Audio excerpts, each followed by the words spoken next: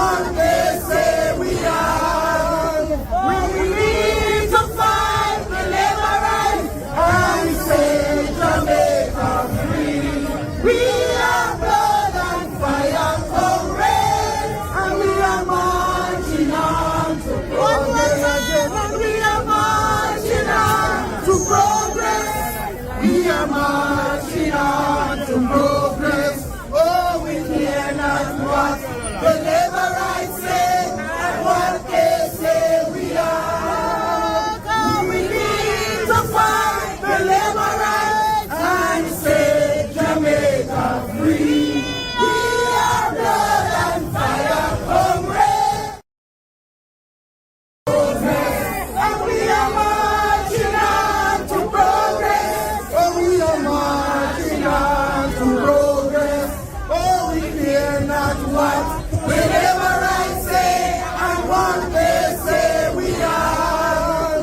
We need to fight the labor rights and say Jamaica free.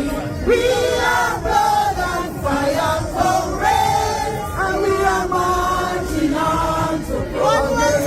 And we are marching on to progress. We are marching on to progress. Oh, we hear not what the labor rights say and what they say we are. We need to fight the labor rights and say Jamaica free. We are blood and fire comrades.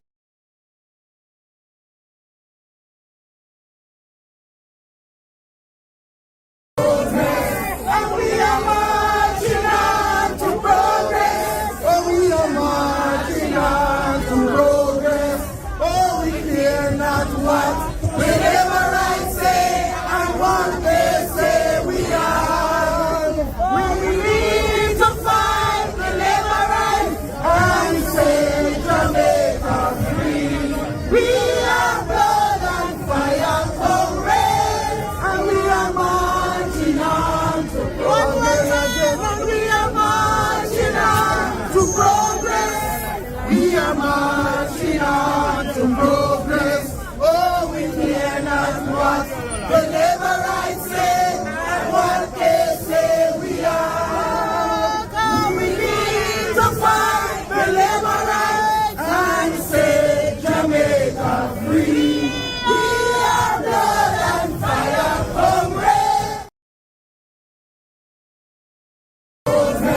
and we are marching on to progress. Oh, we are marching on to progress. Oh, we fear not what the labor rights say and what they say we are. We need to fight the labor rights and say Jamaica free. We are blood and fire comrades, and we are marching on to progress. And we are marching on to progress. We are marching on to progress. Oh, we hear not what the labor rights say and what they say we are. We need to fight the labor rights and say Jamaica free. We are blood and fire comrades. The One Jamaica Legal Defense Foundation and its global supporters cordially invite Jamaicans ayard and abroad to its inaugural reconnection on June 21st, 2025 at the Ranny Williams Entertainment Center in Kingston, Jamaica. Bring your entire family for a day of food, fun, entertainment, and information. Get an understanding of the Constitution and the skills necessary to exercise your rights and your civic responsibilities as Jamaican citizens. You can't afford to miss this inaugural Reconnection Rally, June 21st in Kingston. Tune in for further information and updates to Reason with Radigan on YouTube and reggaeglobalradio.com, Saturdays at 3 p.m. New York time and at 2 p.m. in Jamaica. And we are marching on to progress. Oh, we are marching on to progress. Oh, we fear not what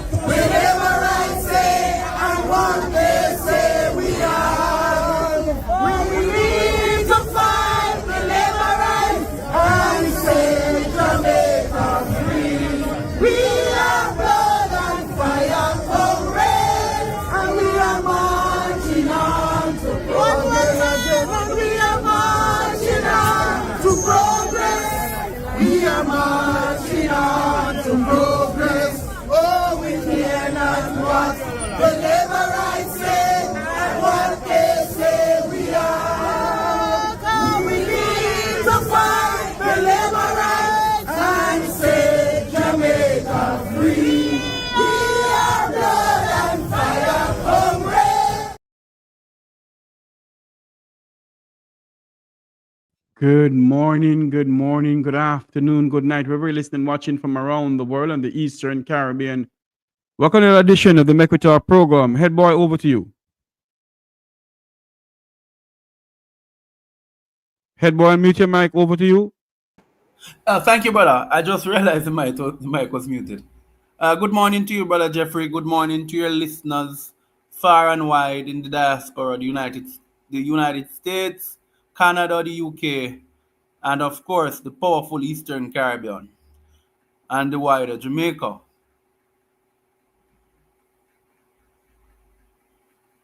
Go ahead, head boy, go ahead. Right. We have come here this morning because we have a pressing issue here. We have a serious pressing issue. But before I delve into that, I want to preface my view on what we're seeing across the globe as governments are falling for minor infractions. So if you just woke up to the news a couple days ago, the president of Mongolia, which is a country that is landlocked between China and Russia, just had to resign. And he resigned because his son purchased a Dior handbag for his fiance and very expensive gifts and stuff. The son is only 23. Does it sound familiar, Jeffrey? Yes, it sounds familiar to the ones we have in Jamaica, the two prince of the Parliament of Ah, Jamaica. Yes. absolutely. So at 23, how did this young man acquire the funds? Where did he get this amount of money with no known job? A matter of fact, his father is came from very humble beginnings. His only known source of income was from being elected in the parliament of Mongolia. And we're seeing a similar thing. We saw in South Korea, the South Korean president also had to resign on corruption allegations as well in relation to his own wife. And why am I making these? Why am I discussing this? In Bangladesh, we've seen the same thing where the ruler there for a while had to step out, had to run away from the country. What am I saying? I'm saying in countries across the globe, we're seeing a rise of persons who are saying, we have had enough, we have had enough, and it is now time for leadership that understands and appreciates the fact that the people elected you to serve them and not to serve yourself first. You know, my father always would say to me, your responsibility is never to serve yourself first. Your responsibility is to serve those around you and then you serve yourself. And so I'm asking the question, is it the responsibility of certain Jamaican Labour Party activists or JLP activists to serve themselves first instead of serving the country? I say to us, Jamaica, we are we are going down a precipice. We're going down the abyss. We're heading into the wrong direction where we may not recover. And I urge every single Jamaican to hold, what are your political view? To hold your elected leaders. You realize I said elected, not government. Elected leaders accountable across the political narrows and divide. To your listeners, I say, we here and Make We Talk, we will continue to hold the feet of our leaders to the fire whilst we push for accountability, transparency, and of course, responsible government and responsible governance. I yield to you, Jeffrey. Thank you very much, head boy, my co-host here, as we come on air this morning to speak about SSL scandal, now First Rock scandal. Head boy will be speaking about that. So what I will do, I'll make way for him while I do some housekeeping work here on the program. Remember to like, share, and subscribe. Remember to like, share, and subscribe. Remember to go over to the One Jamaica Legal Defense Foundation and donate, donate, donate. Remember, on June 21st will be the One Legal Defense Foundation Family Fun Day over there at the Runway Entertainment Center. Head boy, I will dash it back over to you while I do some other housekeeping here. Right. I wanted to share my screen first so we could preface. So Go ahead. let me go ahead and start to share my screen. Present, and I'll find the document here.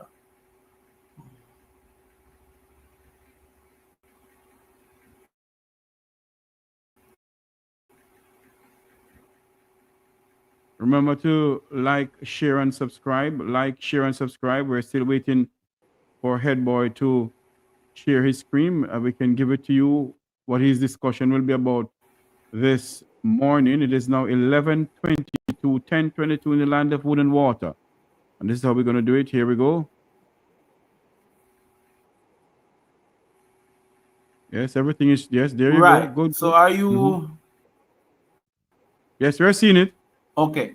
So for your list, great. For your listeners, they would recall this incident where the then Minister of Transport and Mining, the notorious Robert Morgan, Robert Bobby Mm. Montague, sorry, why am I thinking about Mr. Nestor Morgan, announced in Parliament a short while ago, and this is the article dated in the Gleaner, his first substantive comment on the scandal involving a 450 million stock purchase in St. Lucia registered. Hold on for me. Hold on for me. I think what you need to do is tell them what date this article came out. Right. Sorry about that. It was published, and here's the date, if you're seeing, on Tuesday, November 9th, 2021. So that's over less than 4 years ago. Yeah? You with me? Yes, man. Go ahead. I'm hearing you. Go ahead, man. What's happening here? Right. So the board of the AJ, to make it short, took a decision to take up $450 million to invest in this new company called First Rock. Now, in July of the said year, after report, Minister of Finance revealed in Parliament that the entities broke the law in their first of two investments because they did not get the ministry's permission, and that is the Ministry of Finance. Yes? Additional reporting showed that the AJ board disregarded a recommendation not to invest in First Rock Capital Holdings because the company had a limited financial and operational history. First Rock first started its operation in March 2019, and a month after the initial investment was made. So this investment was made in April of 2019 in a startup company. Does this sound familiar? Now, the statement shows that the AJ and the NMIL, which is the subsidiary, together bought US 3 million worth of stocks in First Rock, now valued at approximately Jamaican 450 million. Yeah? The current AJ board members who were involved in at least one of them, the First Rock investment, are Hutchinson, that is Faye Hutchinson, Denton Campbell, and Ipis Cooper Morgan. Yeah? Now, let me pause it there for a while. Yeah? Let's pause here for a while. Now, to the listeners, I ask this simple question. Have we seen this before? Does this look familiar? Does this look like something we have seen before? And if your answer is yes, then you are in fact correct. Because this was the very same thing that was done at SSL.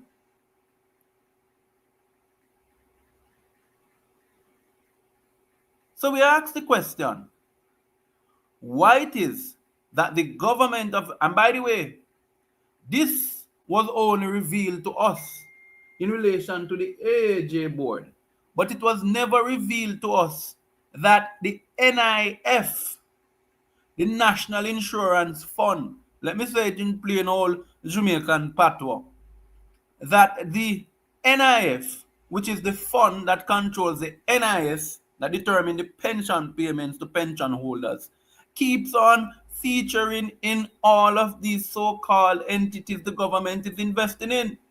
Remember, this is SSL. NIF had invested how much in it again, Jeffrey? Now over $300 million.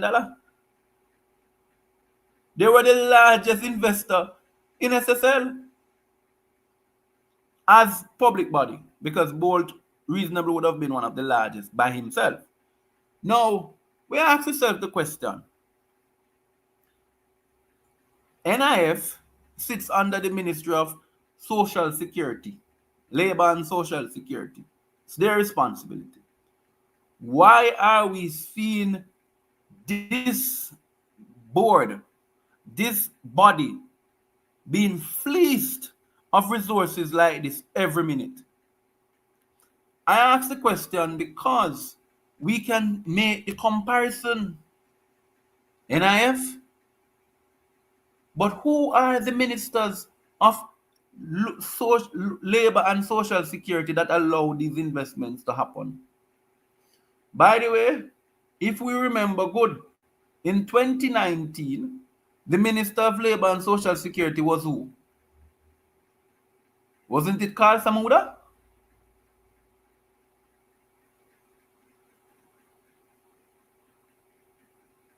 When the SSL money was taken up, wasn't it Carl Samuda too in 2018 Yes, that man. allowed it to be invested? Yes. And we ask ourselves the question, okay, the two instances we have seen Minister Samuda, well, when he was then minister, presiding over a body that authorizes funds to come from this era to that era. And the relationship between SSL, the Prime Minister, and the relationship between First Rock and persons closely associated with the Prime Minister cannot be coincidental. Hmm. The key player in all of this is the NIF, the Ministry of Labor and Social Security. And I say to the PS then, colleges then, I say to you, how it is that every minute you are authored, because it has to come from the PS. She's the chief financial officer for the ministry. And And I for want those people to and understand. Go ahead, for Jeffrey. those for those who don't understand what PS mean, it mean permanent secretary. Yes. So she's the chief financial officer of the ministry.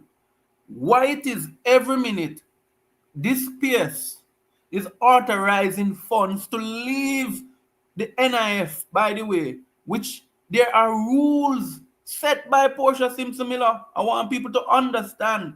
It was Portia Simpson Miller who set up the NIF when she was at Labor and Social Security. Hmm. And not because the NIF is not supposed to be investing in companies that are startup companies. And to be honest, we should not be taking our pensioners' money and investing in some of these local companies that have no track record of investment, no proven track record of investment. What do most pension funds in the United States do? They invest, as we call them, our 40K1, 40K1, 410. Yes, 401. yes. Hmm. Yes. What do? They invest in funds that have had track records. Yeah. And they primarily invest in what we call the 500, Fortune 500 companies. Yeah. That they Mm-hmm. know have had history of giving returns to their investors. But it is not the responsibility of the NIF. It is the NIF should take sound advice. And what we need as well, Jeffrey, right? When Mark Golding Mm-hmm. comes, as I pause here, Not just an audit, but we need an actuarial report.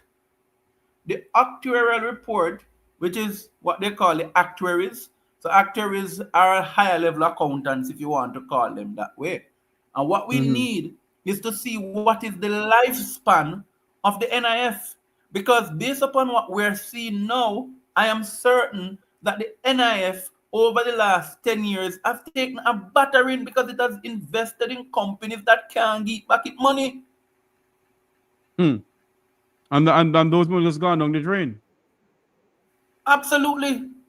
Now, let we move away so we get closer to First Rock. Now, who are the principal owners of First Rock?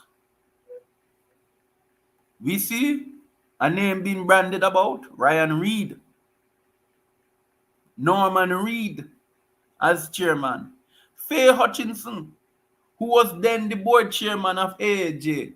So she straddled between two positions, which is even more conflicting. So imagine, Jeffrey is the Transport Authority board chairman, but he's also running, getting contracts from the government to carry staff over the place. Eh? Mm. And let's say him get $100 million contract just to transport staff. Eh? What Faye Hutchinson did, she disregarded the entire advice from the board, including people on the board who were saying to her, no, you cannot do this because we were never set up to invest in startup companies. A matter of fact, the AJ has always put its funds in secure pension funds that will give it higher yield. Yeah? Or the AJ in turn sometimes buys government papers and hold those government papers and get the yield from it, what they call it certificate of deposit or whatever you want to call it. They normally do it that way so that they can get a higher yield, 6%, 5%, 4%. When we look at this First Rock scenario, and Sagicor publishing a couple days ago that there's an Abani project. I can't pronounce the company's name properly, but it's called Abani. Yeah? Which they have taken Abani onto receivership to take the remaining unsold lots to reclaim monies from First Rock. But why is it important to Jamaicans? Because our understanding, and as quite so eloquently expressed by Julian Robinson, is that the Jamaican people, the people of Jamaica, the Airports Authority of Jamaica, which is a representative by extension of the people of Jamaica, own most of the shares in this company. They are one of the 10th largest shareholder. So if the company's financial health is in question or in crisis or in trouble, how will you be able to recover the 450 million?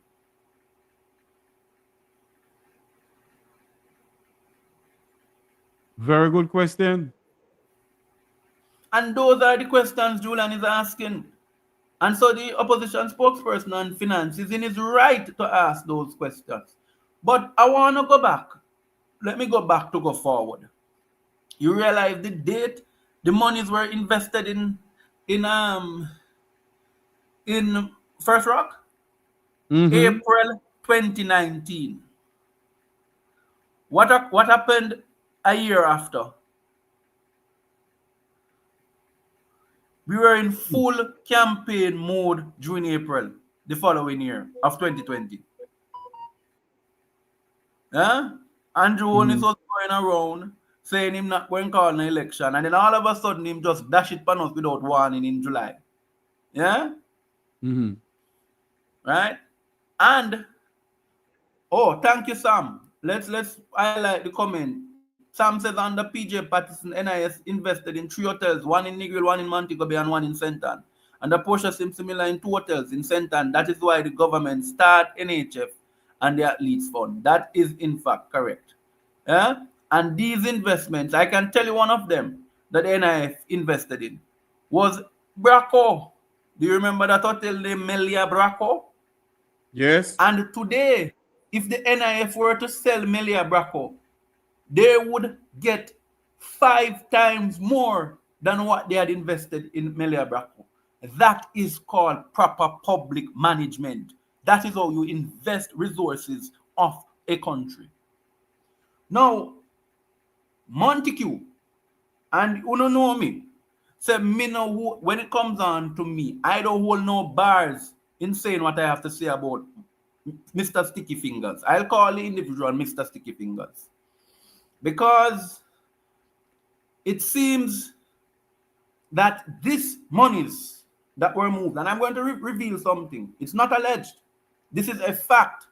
And it is for Mr. Montague to come to say to us in 2019, Jeffrey, right? Yes. At the end of the year, after this investment in First Rock, did you know the then Minister of Transport purchased a house in Gibraltar Estate next to the Governor General for $60 million? The then minister, who was the then minister?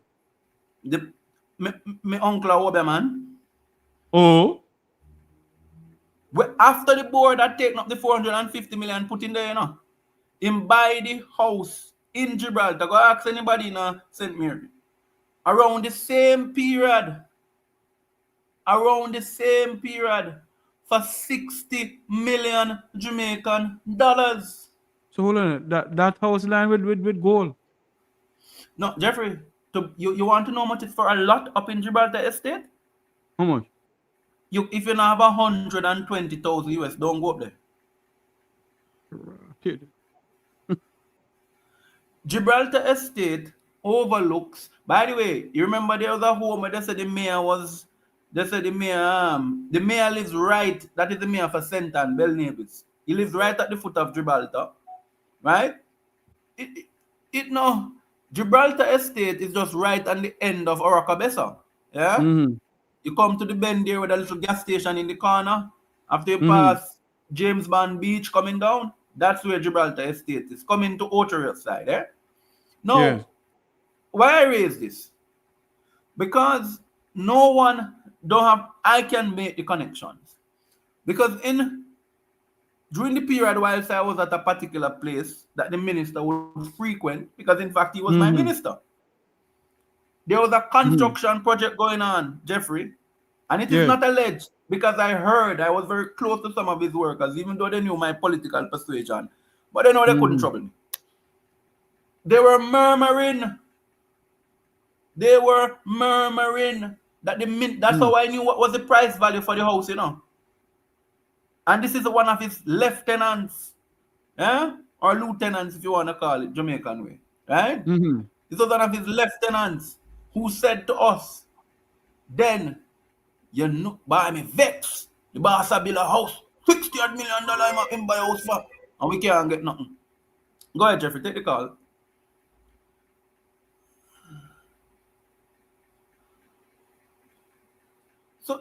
So we ask the fundamental question. What is the connection?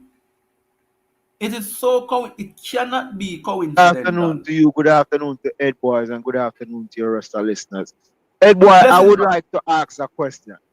When the PNP invest in all these hotels, right, there's paperwork to show what Jamaica is getting and what is allotted to Jamaica, right? Yes. My question is, I would like to know, where is the paperwork of how Jamaica is going to benefit from SSL investment and from the First Rock investment? Because what we are seeing is that these monies are not investment given by the Labour Party. You know? These money are money that is given with no paper trail, no nothing. And we can't understand why is it they choose to take up taxpayers' money and invest it with their friends in businesses, if you notice, that don't have any experiences. And you have other people out there who have experience and they're not getting help. That's my first question. My second question is, Is anybody paying attention to this $2.88 billion which has been allocated for drain cleaning? Money is washing and leaving the Jamaican people to suffer. We need to see who get those contracts. And it's full time now. We have a auditor general who's supposed to tell us how much per square feet for any type of work that is being done. So we are not overcharged as the Jamaican people. That's my question, sir. Good question, sir. Good question. And I respond to one. All right. The first, you are absolutely correct. No government entity. Go ahead, sorry. Yeah, no government entity should be taking up funds, invest. That is the Ministry of Finance's rule. The Ministry of Finance is not saying, but government bodies can invest in companies, Jeffrey. Nobody is questioning that. What the Ministry of Finance is saying is that there's an order. There's a way in which it must be done. You can't just, so the companies can't be newly formed. They must have had a track record over a period of time of managing investments. Yeah, that's one. Two, the companies also should not be conflicted, meaning there should be no conflict of interest in those. Meaning, Jeffrey and I, the minister and Jeffrey can be best friends or buddies, and then the minister authorized money for going to Jeffrey company. It ought not to be so. If that's the case, and the minister says, well, Jeffrey's company is a very good company, let's invest in it, Jeffrey should remove himself.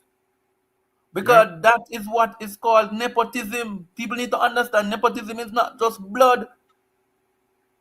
It is friends and close families, friends and close associates. Now, in relation to the other question he asks about this 2.2 billion, I'll respond. And I'll respond quite frankly.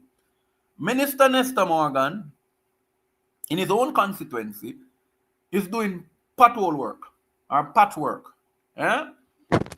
He has given the patchwork to a guy who was a former comrade and supporter of the People's National Party in Chapelton, in Penance to be exact. I could tell you where I live. Now, what we're seeing is the trend. So the patching from CC Gate, because I know you know Clarendon good, Jeffrey. The patching from Clarendon College at the end, because that's where the highway ends, right at Clarendon College. And the patching from the end of Clarendon College gate out to the bridge to go where the Brodricks live. Yeah? Now, when you look at this, so far, he reported, I listened to his report in the parliament, he said he has spent $30 million patching road in North Central.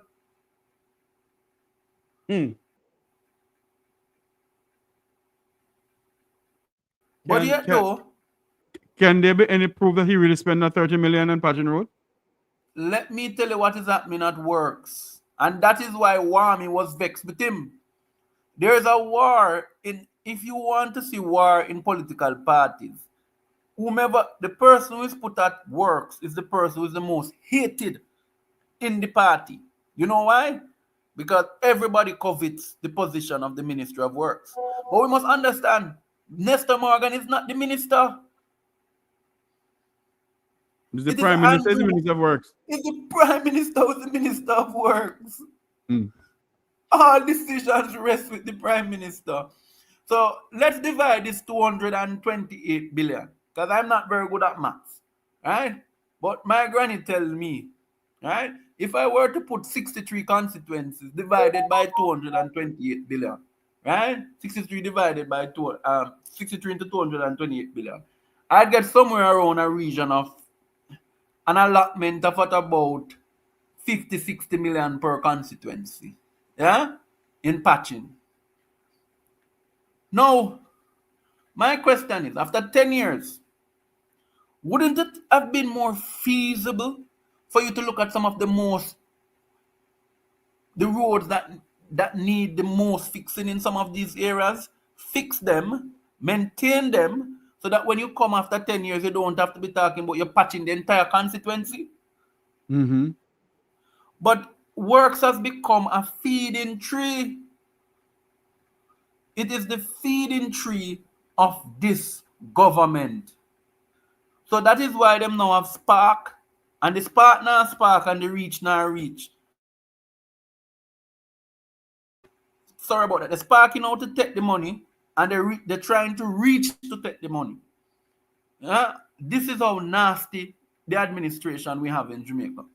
But let me get back to a substantive point on Monday. All right, head boy, go ahead. I'm gonna, as I spoke to you before, I'm gonna. No problem. You know, Go I'll ahead. take Yeah. over. No problem, brother. All right.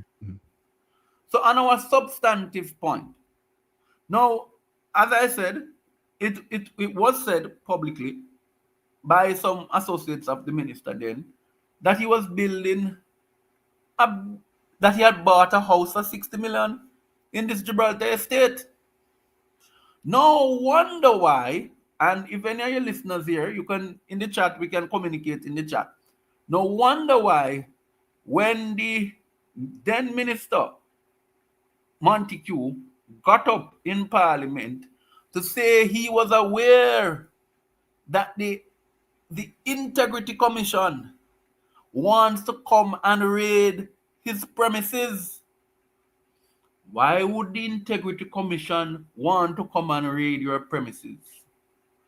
What does the Integrity Commission know that we don't know? Remember, I know the Integrity Commission want raid the man property. It is the man who confessed to us, whether it is by guilt or whether it was as my granny that saying conscience did I ride him. He confessed that the Integrity Commission was coming to raid his house, that he heard they were coming to raid his house. Now, I don't want to dwell too much on the outgoing member of Parliament for Western St. Mary, but it is so funny that this First Rock now is going through the issues that it is going through. The issue here is Abani project. I can't pronounce the name properly, so forgive me. But it's this Abani project that they have in Kingston. The project had about 12 lots. Those 12 lots were going somewhere in the region of, as you know, if you're buying in certain areas in Kingston and St. Andrew, just to get a lot alone, 400, 500, 600,000 US, just the lots. Yeah. So they had these unsold lots. They went to Sagicor for a securitization. Now, what does receivership mean? Receivership, as mentioned by Sagicor, says that the creditor with Sagicor is now taking over the assets of First Rock in this project to recoup what it was owed. It is right. It is Sagicor's right. They are the creditors. They are entitled to do so. It is within their right to do so. But we now see the ultimate trick of First Rock. Because what First Rock did, all of its investments, so everything it took up to invest, it set up a different company for investments. So if it's doing a development, let's say on Rellis Road, it would set up a company named R&D Development. And that company, even though that company is supposed to be a subset of First Rock, they ultimately operate on a different wavelength. So whatever losses are incurred on that company, it is supposedly not supposed to affect First Rock. But anybody who has an understanding of business know that if you have a holding company and you have subsidiaries, yeah, so the holding company would be First Rock, and it has subsidiaries like this Abani project, whatever affects the subsets or the sub-companies of the major company, whatever the sub-companies are going through, it will affect the major company. It will affect the holding company. Because ultimately, if the group is under pressure, then the entire company is under pressure. So to come to us and say that, oh no, it will not affect First Rock, it is just their investment in this particular project. Are these people taking us for a damn fools? Are they taking us for damn fools? Do they think the average Jamaican doesn't understand how investment works? Because if the group comes under pressure, it means that the entire investment that was put, because understand, First Rock did not, the Airports Authority Board did not put money in Abani project. It invested in First Rock.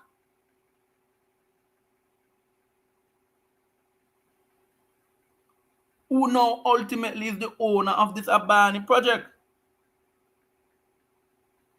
So to come to us and say that you are not going to be affected, that the group is not going to be affected, what are you trying to say to us?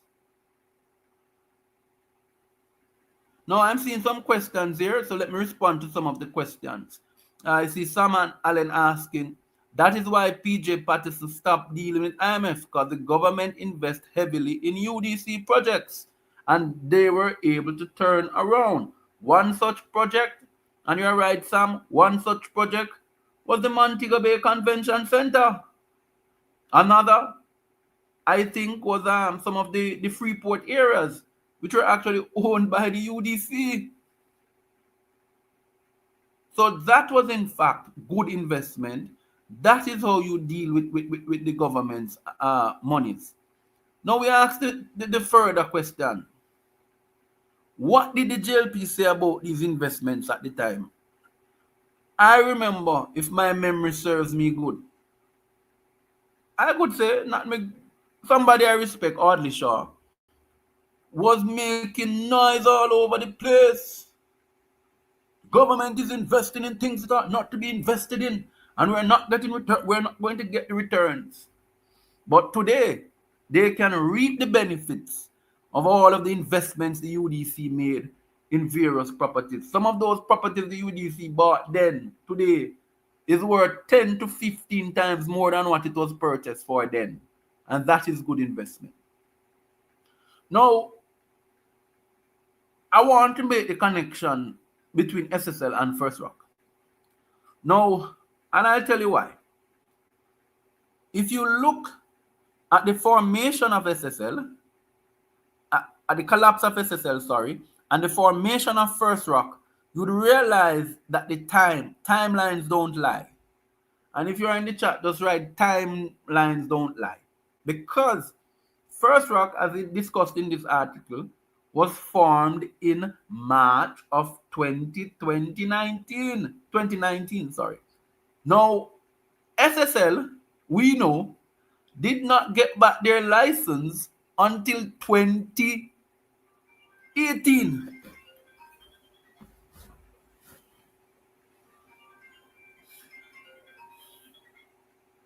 So, what is the fundamental issue that we're having here? Oh, 1 second, listeners, 1 second.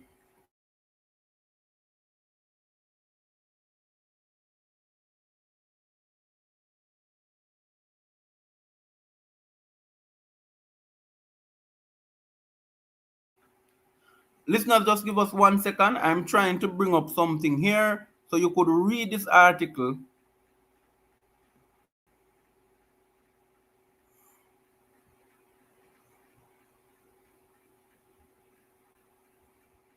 Just give us a second, please.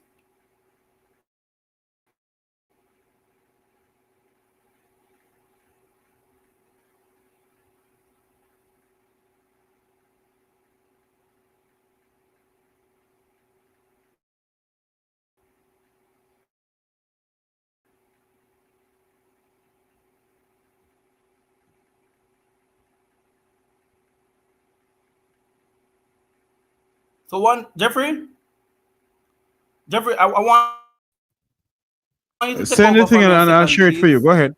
Go ahead. Just take over for me a second. I have to. Yeah, it's shared. There you go. We're having a discussion about First Rock.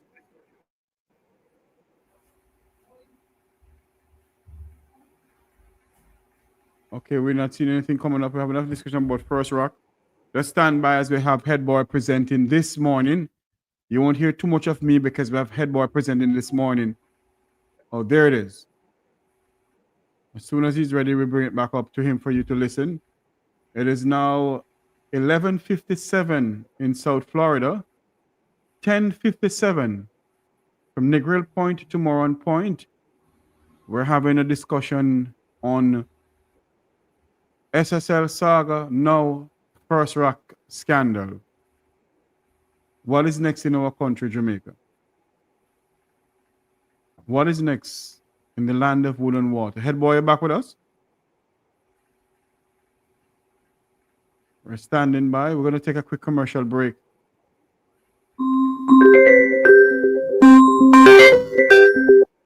Yes, sir, Sam, go ahead. Good morning, Mr. Tavares and Head Boy. Yes, turn off your thing in the background for me now. Yeah, man, turned off, man. Yeah. You know, them a blame the PNP that do nothing for the country when it comes to investment. A couple years ago, I was in the company of the great John Rollins, Bill Lawrence, PJ Patterson, and two JLP persons. Mm-hmm. You remember the golf course, the White Witch golf course? The one in Negro? No, one building Mantica Bay. Iron Shore. Yes. Oh, you're referring to the Whitehall Great House? You know, the golf course. Oh, Rosal. Right, Yeah. Great House. Right? When he was building, Alan Wigard asked me to come do a feature on it. I went there.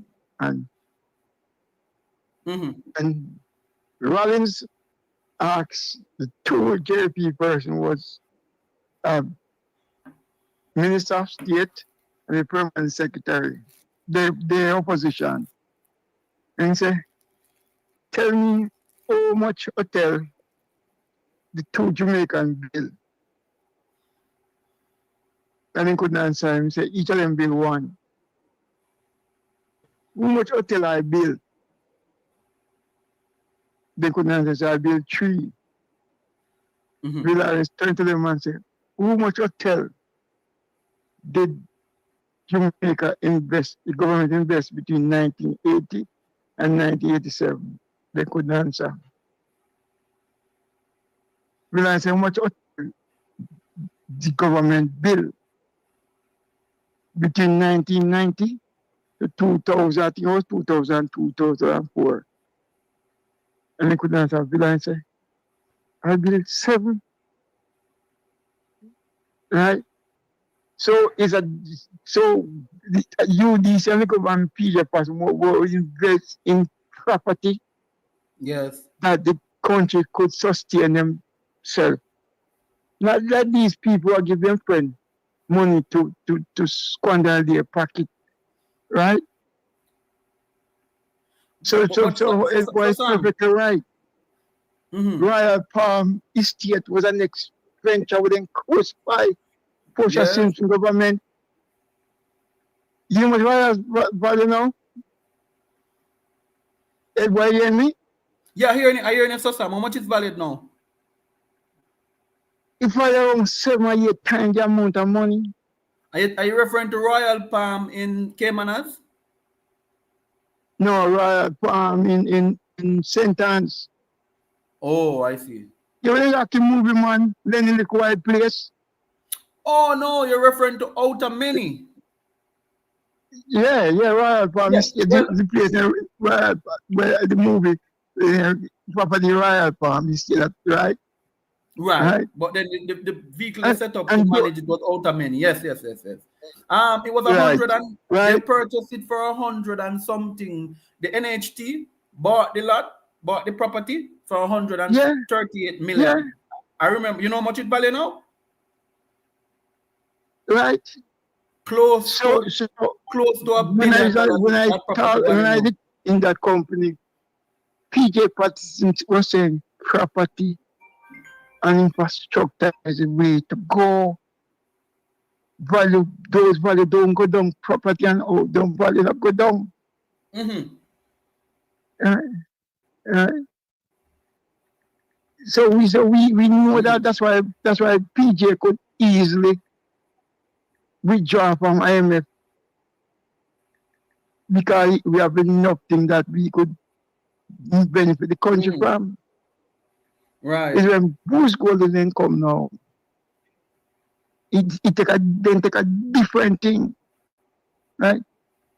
You know, most of super club hotels they run by UDC and NHT and NIS. Do you know that? You're correct. Yes, you're correct. Okay, so when young people attack, say there's PMP and JP just copy CM. They have no chocolate, no proof. Yeah, but Sir Sam, I want to ask you as an elder statesman here and make we talk, right? Do you realize the timing of the investment in First Rock? Regine, it's a track record from Eagles Merchant Bank to SSL. Let me tell you something. These companies, right? We have 3 or 4 companies that they use money to pay profit tax. Mm-hmm. You know that the purpose. That's what them do, right? That's what them do. Yeah, right? because what they do, you're right, Sam. Money laundering. You're what they do is similar to what was done with AdMat. So they have a company that's not registered in Jamaica, but it holds the housing development, right? So when they come to purchase, when it comes on to tax paying time, it is in a jurisdiction that does not require taxes to be paid. Yeah? Yeah, but in Jamaica, you can have a company that is losing, and you put all your staff account on that company, right? Working staff on that company, and that company is losing. People like the only way you do it. Hello? Right, you hear me, so Sam? I hear you now. Right. Hello? Yeah, I'm saying, why most of this is being done? Right, because they're trying to mask the real, where the funds is really going. Because how could First Rock gotten so much funds? 3 million USD I talk about from Airports Authority. No, 409 million was the initial investment from the Airports Authority. And in less than 3 to 4 years, you're now coming back to say to us that a subsidiary, and this was the point I was making early on, that First Rock is saying that the Abani project is different because it's just a sub-project and that is under receivership. Who they think they could fool? Let's put this simple, Sir Sam. You have say you own a supermarket, a Porous, for argument's sake, yeah? But you have a little one, you have a little smaller mini mart in Cross Keys, yeah? If the major store in Porous is not doing well, wouldn't it affect what happens at Cross Keys? Yes. Right. So how it is that First Rock is telling us that the trouble their sub company Abani doing the real estate project is going through is not going to affect their investments? Who do they think they're trying to fool? Yeah.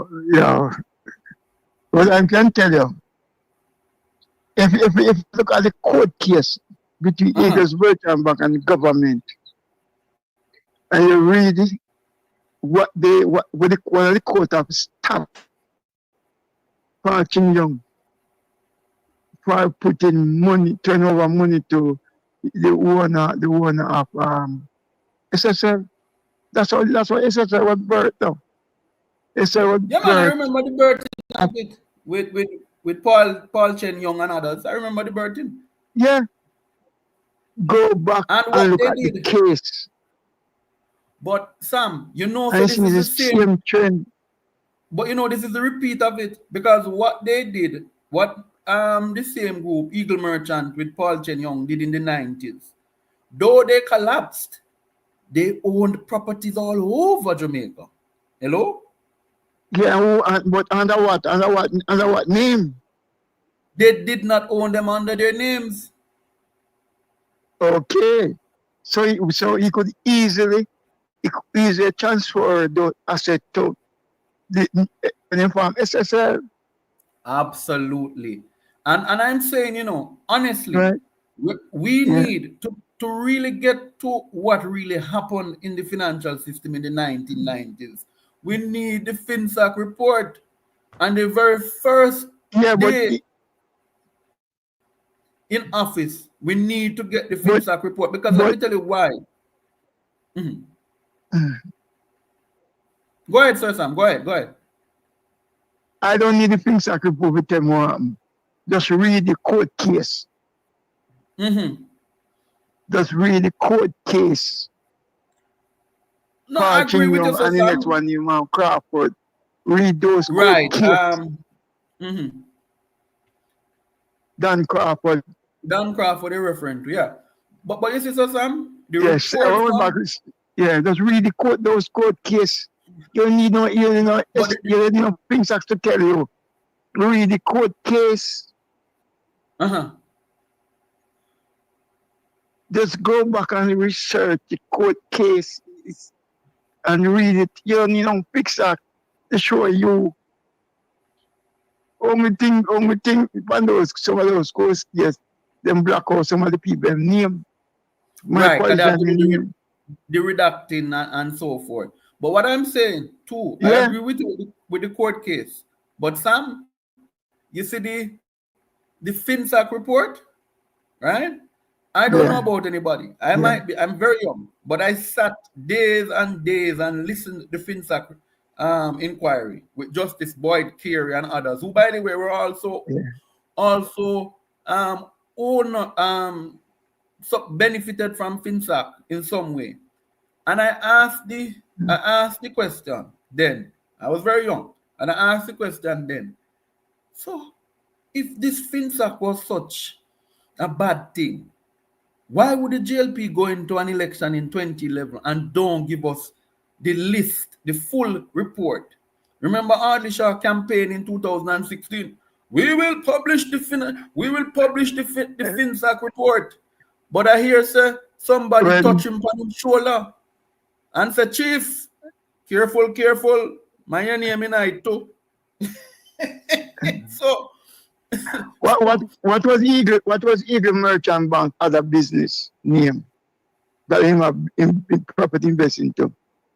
Crown Eagle and them other one. It's remember them have two names now. You're correct. I don't remember the other name, but you're correct. They had another name. Because when him build Crown Hotel is not Eagle Merchant Bank build it now. No, it was the real estate side. And so Sam, I thank you for reminding, and this is why we really appreciate you as a senior elder statesman here, because you have dragged my memory for something that I couldn't connect back. So what we are seeing happening is the same repeat in terms of the actions. So they have the company, we have the money, but them set up a real estate side, which is different, which is the same, principle, but they set it up different. They are the principal owners, but they set it so if you come after them, the assets are protected. They can't sell it to anybody. They can't sell it to anybody because it's a different company, have a different, right? Right. Just go back when you have time, with boy. Go back, read the government versus Jamaica versus Paul Ching Young. and that Crawford and the Supreme Court case part. Go back, find time and read that case. You don't All need right. FinSac report. The FinSac report that they did was a sham. And when find say they can't expose, there's nothing there to expose the PMP government, right? They do the FinSac report now because they are not intelligent enough. Because FinSac was just set up to investigate the meltdown of the financial, right? Things have not enough to deal with the meltdown, right? How things are come, you know what come out of FinSac? FID. Yes. But not only FID. Remember what came out of it as well? The what they call them now, that regulates the financial sector. The FSC as well. Yes, right? So a lot of those government watchdog agency came out of FinSac investigation, right? So the matter of FinSac have not deal with selling, deal with meltdown of the 90s. FinSac have not deal with it. FinSac, it was an investigating setup, right? That's why when the government, when we under SSL, they need to set up no agency called the agency is there to do what they need to do. FSC and So Sam, while you raise that point, something came to my mind. You realize the Ministry of Finance and the minister now, Minister Favour Williams, who I thought, to be honest, I'm not going to be afraid to say, I had more respect for Favour than I had for some of the others in her that sit in her cabinet, sit in the cabinet with her. Yeah. But what has disappointed me very much is that, imagine, we cannot get any excerpt from the Kroll report. Because the Kroll report, my friend. We won't get it, man. Just in 90 days from now. 90 days from now. The Kroll report. The Kroll report, you know. I want one thing, bad boy, one thing. You people who have this platform must preach every day to Mark Golden that if him don't take action to curtail corruption in Jamaica by sending politicians and business people to prison, he failed the people of Jamaica. Well, I want people to understand. So Sam, 1 second. Because I want to, one of the problems we're having in Jamaica is we need to temper, what would you call it now? Temper this, not necessarily desire, but what we're looking to see Mark Golden does when he goes into office. And let me tell you why I say it. Why I put it this way. Right? Remember, yes, Mr. Golden is the Prime Minister. Well, he will be the Prime Minister. I'm prophesying. So he will be the Prime Minister. However,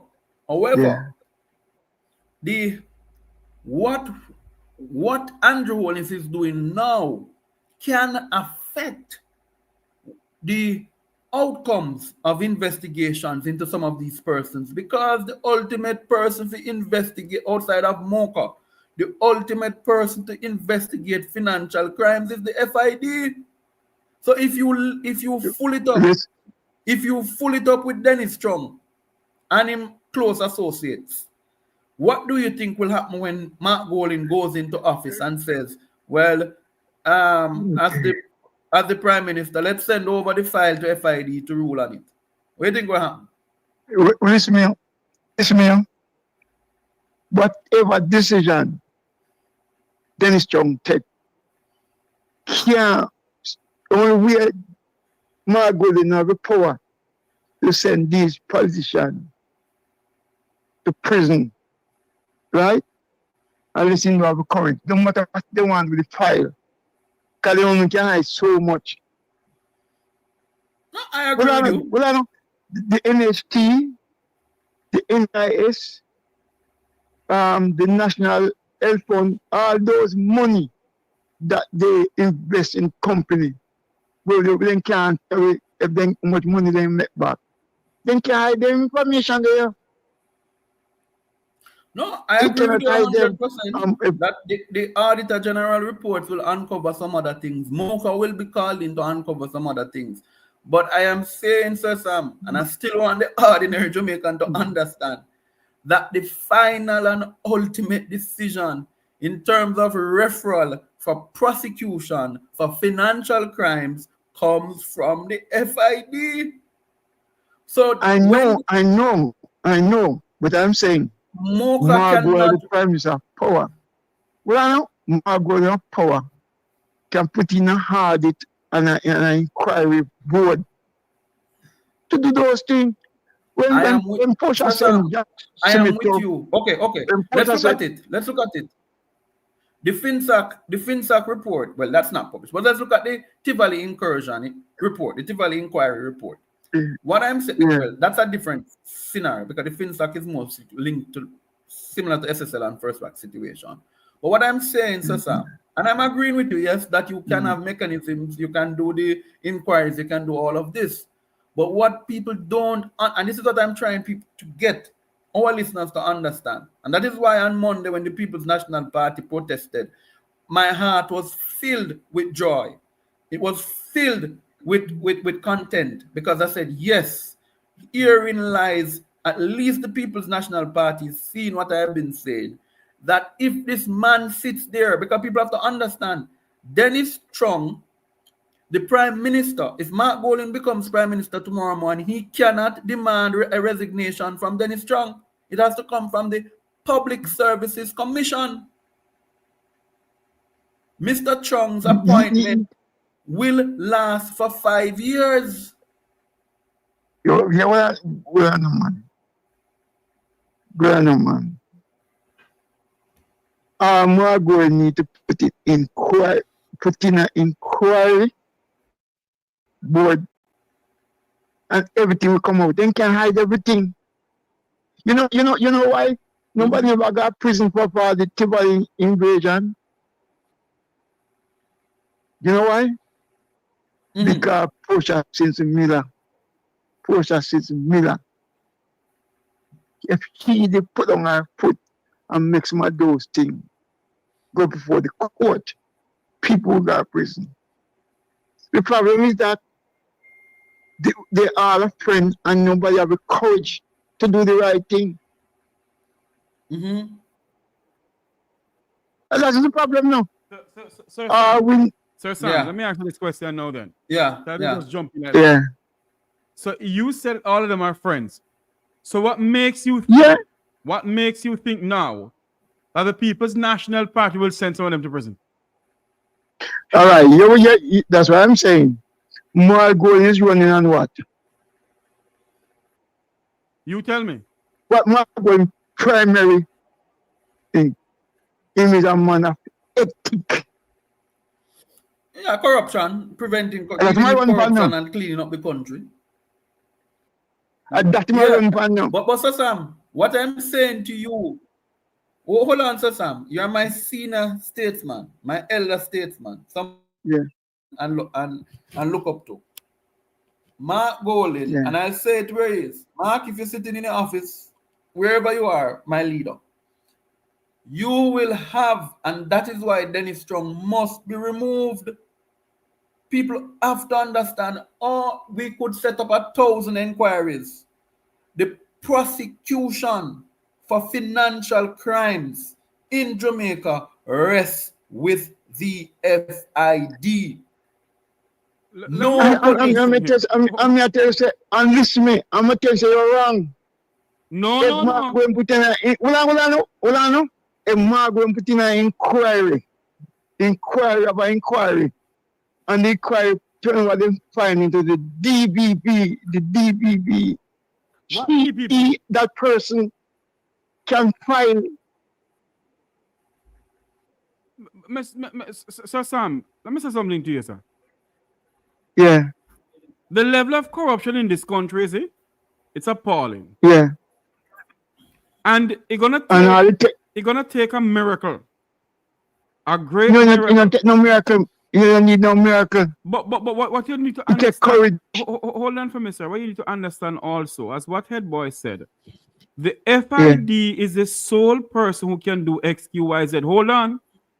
Even if the Prime Minister order an inquiry into the investigation into this, whatever.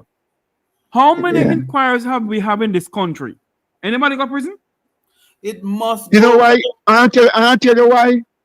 Because the government have the courage to make it to So force what a makes you DVP. think? What No, makes you think now? Sir Sam and Jeffrey, 1 second. This is my point of departure from my good friend Sir Sam. Sir Sam, we need to go back to Civics 101. Government does not, Mark Golding cannot come and do what the JLP would do. Because if he do what the JLP would do, he's going to get worse. I agree with you. Ask a question. Ask a 1 second, question. Sir Sam. 1 second, Sir How Sam. the Porsche send Jackson Smith to prison? Ask a question. How? The Porsche send Jackson Smith to prison. Did we have an FID then? Well, and what she used? What she used? She used, there's an act She used in the public report and send it to the DVP. for That's what she do. Yeah, but what I'm saying, Sir Sam, hold on, not just both of us we are agreeing, you know. But what I'm trying for you to see is that ultimately the decision, even if the FID, even if the report is sent over to the DPP, a report cannot be sent for any financial crime straight to the DPP. It must pass through the hallowed halls of the FID first, and then they make the recommendation for prosecution. And herein lies the problem. So we both agree, you know. We both agree. The only way he can. Let me ask a question. Let me ask a question. If the inquiry board, right, the investigation, right, and they find that 5 or 6 politicians, right, and take fines and they owing trust money, right? Those money were corrupt, and a member of the government benefit from those transactions, right? Remember, no? Remember the inquiry board went our interview past FID technical director now. They have to interview those people there. I'm with you. Right? Sir Sam, hear me. We're going to move because I wanted to wrap up the first round. But you and I agree. Yeah, man. But one thing I tell you. But one thing I tell you, Mr. Tavares and Head Boy, all it need 60% of Mark going to have the courage to curtail corruption. Just the courage you need. No, I agree with you that much. I agree with you, Sir Sam. That's all you need, the courage. The suggestion you're making too could work. But you see what I'm afraid of, and I say this without any hesitation. We already have in Jamaica, we already have the systems in, and this is why the FID matter for me cannot leave my head, because as it were, the only person, and people understand the power of the FID, you know. If Sir Sam bringing in $400,000 in Jamaica for argument's sake, right? You get the money from Mexico. If the FID, if somebody recommend by Sir Sam involved in money laundering or whatever, we need to investigate it. And the FID sends over a report to say there is nothing untoward in our investigations relating to Sir Sam. You know, so that 400,000 illegal money now becomes legal money? Let me tell you something. If you send $50,000 to somebody in Jamaica, you know they don't come straight to a person. No, it will never come straight to the. If It has to you- go through the financial system. You go to banker, it is stop at a house. I don't know the house name, Bank of Jamaica. Investigate it before Yeah, go to the to person the account. clearinghouse. It has to be. So first up, remember we don't have Right. direct deposits in Jamaica. So all of our US, if you're doing US banking, it has to go to the United States to their correspondent banks, whether it's Citibank, So, Bank of America. so I'm telling you. Mhm. So I'm telling you, the inquiry would have those type of people But getting business from. Sam, hold on a minute for me. So Sam, listen to me. I do not believe Yeah. in no inquiry in this country. Hold on there for me. Hold on there. Do you remember the amount of schools that they were investigating back in the 1960s, I think, coming up to the 70s? That was supposed to be built? And they had a commission inquiry. What came out of that? Nothing. You know why? You know why? Because the leader at that time never had the courage. So that's what to I'm send him saying to to you, prison. Mr. Sam. No politician in Jamaica, apart from Jack Smith, will never live long enough again. And who are vexed with me. We will never live long enough again in our lifetime to see one single politician go to prison in this country. I mean, I tell you, who want to vex? If so be the case, then Mr. Tavares, better we make a do one this year. When? Anyway, so Sam. Yeah, Mr. Tavares say. Yes. Mr. Tavares say. Mr. Golden alone do not have the power to Mr. stand in the politics alone. May I ask you a question? So Sam, I want to go to the 1 second, so Sam. I want to go to the hold on, so Sam. I want to go to the next segment, so I'll just make you ask the question and then I'll respond after. Because we want to go to the next. Yeah, man. May I ask you a question? All those money that transaction from agent to agent, minister to ministry. You think don't the Prime Minister of Jamaica know about it? Yes, then hold on. This has been going on from what? Okay, all right. This has been going on from what we killed Philip. It's not now going on. This has been going on a long time in this country. This is the first time. First time what? We have a prime minister. We have a prime minister who not in parliament enough to be corrupt by the system. Right? We have a leader. Yeah. A Margolin who not in. I am telling you political life enough this morning. 1 second, Jeffrey. So Sam, I want to go to the next point. Are we getting the next call? So, yeah, man, go ahead. Yeah, man. All right. All we need is courage, and I only need to preach. All right, Uncle Sam. All the best. Jeffrey, 1 second before you go. You know me. Everybody knows my political allegiance. Yeah? I want to establish this point. We cannot expect, you cannot give Mark Golden basket to carry water. Are you with me? Yes. And what we are setting up, and I want the PNP to temper the expectations. And I would say to the party leader and to the Minister of Finance in waiting, Julian Robinson, temper the public's expectation. Because you all know, and let's not skip and hop around it, you all know that a lot of these guys are some of you all friends. Some of all you drink at the same bar. Some of you all go at the same lodge. And I'm not referring to Mark Golden and Julian Robinson. I'm just making a general point. No. Let me ask you a question. Jeffrey, 1 second, because I want to clarify something that Sir Sam said. No, the only person who has the power to refer you for criminal prosecution for financial crimes is the FID. There you go. It is the FID. And there are persons in our comments who are suggesting that Mark Golden should set up another entity to circumvent the FID. Ladies and gentlemen, the FID is entrenched in the Constitution of Jamaica.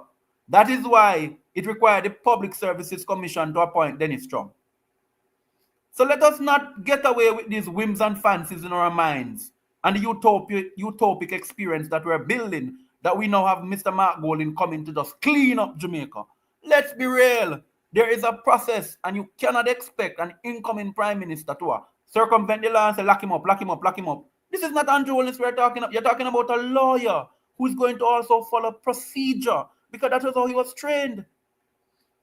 So if we're And that going is to what, go ahead, and Jeff. that is what, head boy, a lot of people don't understand.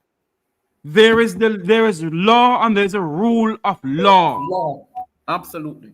And we have to be careful when we speak. Temper the Be careful what we expectations. say and what we do. Mr. Golden has to abide by the law of the land. The Prime Minister cannot get involved in what is going on with the FID. Absolutely. If Mr. Golden want to have a transparent government, and people can't come off of the platform, nothing to me. The fact of the matter is, we must have common sense. Good afternoon, welcome to the Microtalk program. You're live. Yes, sir, Jeffrey. Yes, I'm hearing you. Go ahead. Yeah, good day and good day to Ed Boy. All right, now the gentleman that one of your caller earlier was saying about the FID and the position. I heard the conversation. Mr. Chong's position will be for 5 years, right? Yes. That's correct. Yes. All right. That's correct. Yes. What about real read case? Real read case has been in hold for how long now? Yeah. And do you know And there's statutory limits on financial crime? Been out on the table for a while. So we can do the Prime Minister the same thing. The case can stall until 5 years until when Mr. Chong moved, then the Prime Minister case tried because he had held up on his friend. Hold on for me, sir. There is statute of limitation on cases, you know, sir. So real case is over then? I don't know. It depends on the law of the land, sir. No. No. My friend. So my friend, after Go ahead, boy. Go ahead. No. You are in fact your question is an interesting one. Because the fact is we need to understand the issue that Real Read is going through now has nothing to do with the inability of the FID to prosecute, to refer to prosecution. It's not. It has to do with the fact that Mr. Real Read and Fritz Pinnock appealed the case. And the Appeals Court of Jamaica and the Supreme Court of Jamaica have been taking too long to bring the case forward. That is the issue, you know. Had our justice system been working the way it was supposed to work, this case could have been open, closed, shut case in no time. We need a better justice system. And because this Prime Minister should, even 5 years time, this Prime Minister should still be able to go on a trial. Sir. And that is what. But a trial for what? Has anybody put in a case against the Prime Minister? There are a lot of cases yes, can be against him. What I'm saying to you, sir, has the court of law anybody put a case against the Prime Minister? Has the FID put a case against the Prime Minister? Have the DPP done so? We are saying it's a case against him. It is very interesting. We are saying very interesting, sir. We are saying there's a case against him. But we must be honest and quite frank. The FID has not put a case against the Prime Minister. The DPP has not a case against the Prime Minister. So all we're here talking and saying XQYZ, we must be very careful. I'm not taking for anybody, but the common sense must prevail. But I'm right, head boy. I understand, sir. I was only referring to the first argument that the person said after 5, Mr. Chong will be there for 5 years. But if there's a case against him, we could wait until the case until after 5 years. All right, sir. Thanks for coming. Let's call coming in. Okay. Good morning. Good afternoon. Welcome to the Microtalk program. You're live. Good morning. Okay. I have about 2 things I want to say. First of all, Mr. Jeffrey, I really thank you for your platform, okay, for what you have been doing. Thank you, ma'am. But on the other hand, I don't think it's very nice to run people off the platform, because without us on the platform, there can't be any Hold on for me, platform. ma'am. Who am I running off the platform? You just told the people if they're in disagreement, they can all come off. I did You not said say that that. earlier on. What did you say, not say Mr. that. Jeffrey? What did you say? I said for those who want to come out, they can go. Because No, but from now, why would you say that though? because people, Okay, why would you say that to your listeners? Ma'am, people are saying some stuff in the chat room and they're leaving, and that's why I said it. Okay, all right. The next thing I want to say is this. We're in an election season right now, right? And based on what your platform with Ed Boy is saying, why we want to change from JP to PNP if no change, if things not going to be better? No, Hold on. I want on, I never, based on what I'm hearing. hello, ma'am. Hello. I never said Hold that. on, Mr. Jeffrey. Mr. Jeffrey, hold on. Hello? It's not just your platform. I've heard the argument on other platforms. And I think in this season, we should be trying to focus on what the PNP has already done and what they will be doing to help the country. But the conversation is kind of letting me change my mind who to vote for. No. I am, hold on. Yes, because you're saying that Lamar voting can do this and nothing's going to happen. Hold on for me, please.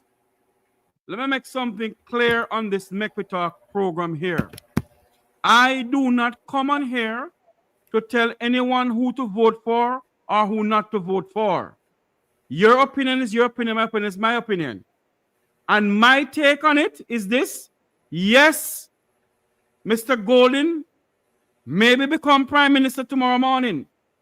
But there is the court of law that we all must have to adhere to. Mr. Golden become prime minister cannot dictate to the FID what to do or the DPP what to do. He cannot do that. And Jeffrey, Okay. Madam, this is just my 1 second, madam, because this is the point I was trying to make. This is the point I was trying to make. I am making the reference. I'm not saying Mark Golden can't do anything about corruption, because I would not be voting for the People's National Party if they're not going to do anything about corruption. But what I'm referring to, I am saying we have a tainted, appointed head of the FID. He ultimately can affect how the incoming government proceeds in dealing with money laundering and corruption cases relating to the movement of funds. That's all I'm saying, you know. Exactly. So I'm saying that may be true, but on the same hand, there was a demonstration, and you see he is still in the position. Absolutely. So if Mark Golding is not able to move him, why are we going back and forth where he's But hold on there for me. Okay. Do you all know the role of the FID? Have you ever read the act of the FID? If a person is appointed, a bit of it where if a person is appointed as head of the FID, the person is put there for 5 years, ma'am. Exactly. Mr. Golden cannot remove the person, ma'am. Exactly. So that's what I'm saying. Why are we even going to go further the discussion where he's concerned? Why? Because he can't be removed, so the problem is not going to be solved if he's still there. No, he can be removed. He can be removed. He can be but removed. After the 5-year contract. No. Okay, tell me how would that be possible? I'll tell you how. The first thing must happen is that we need a new governor general. We need do you know who's the ultimate head of the Public Services Commission? The Governor General. Okay. Yeah? Okay. The Governor General can intervene and say that disappointment is null and void on the basis is, or if not the Governor General, the FATF, which is the Financial Action Task Force, or the Caribbean Financial Action Task Force can say, we are not recognizing disappointment.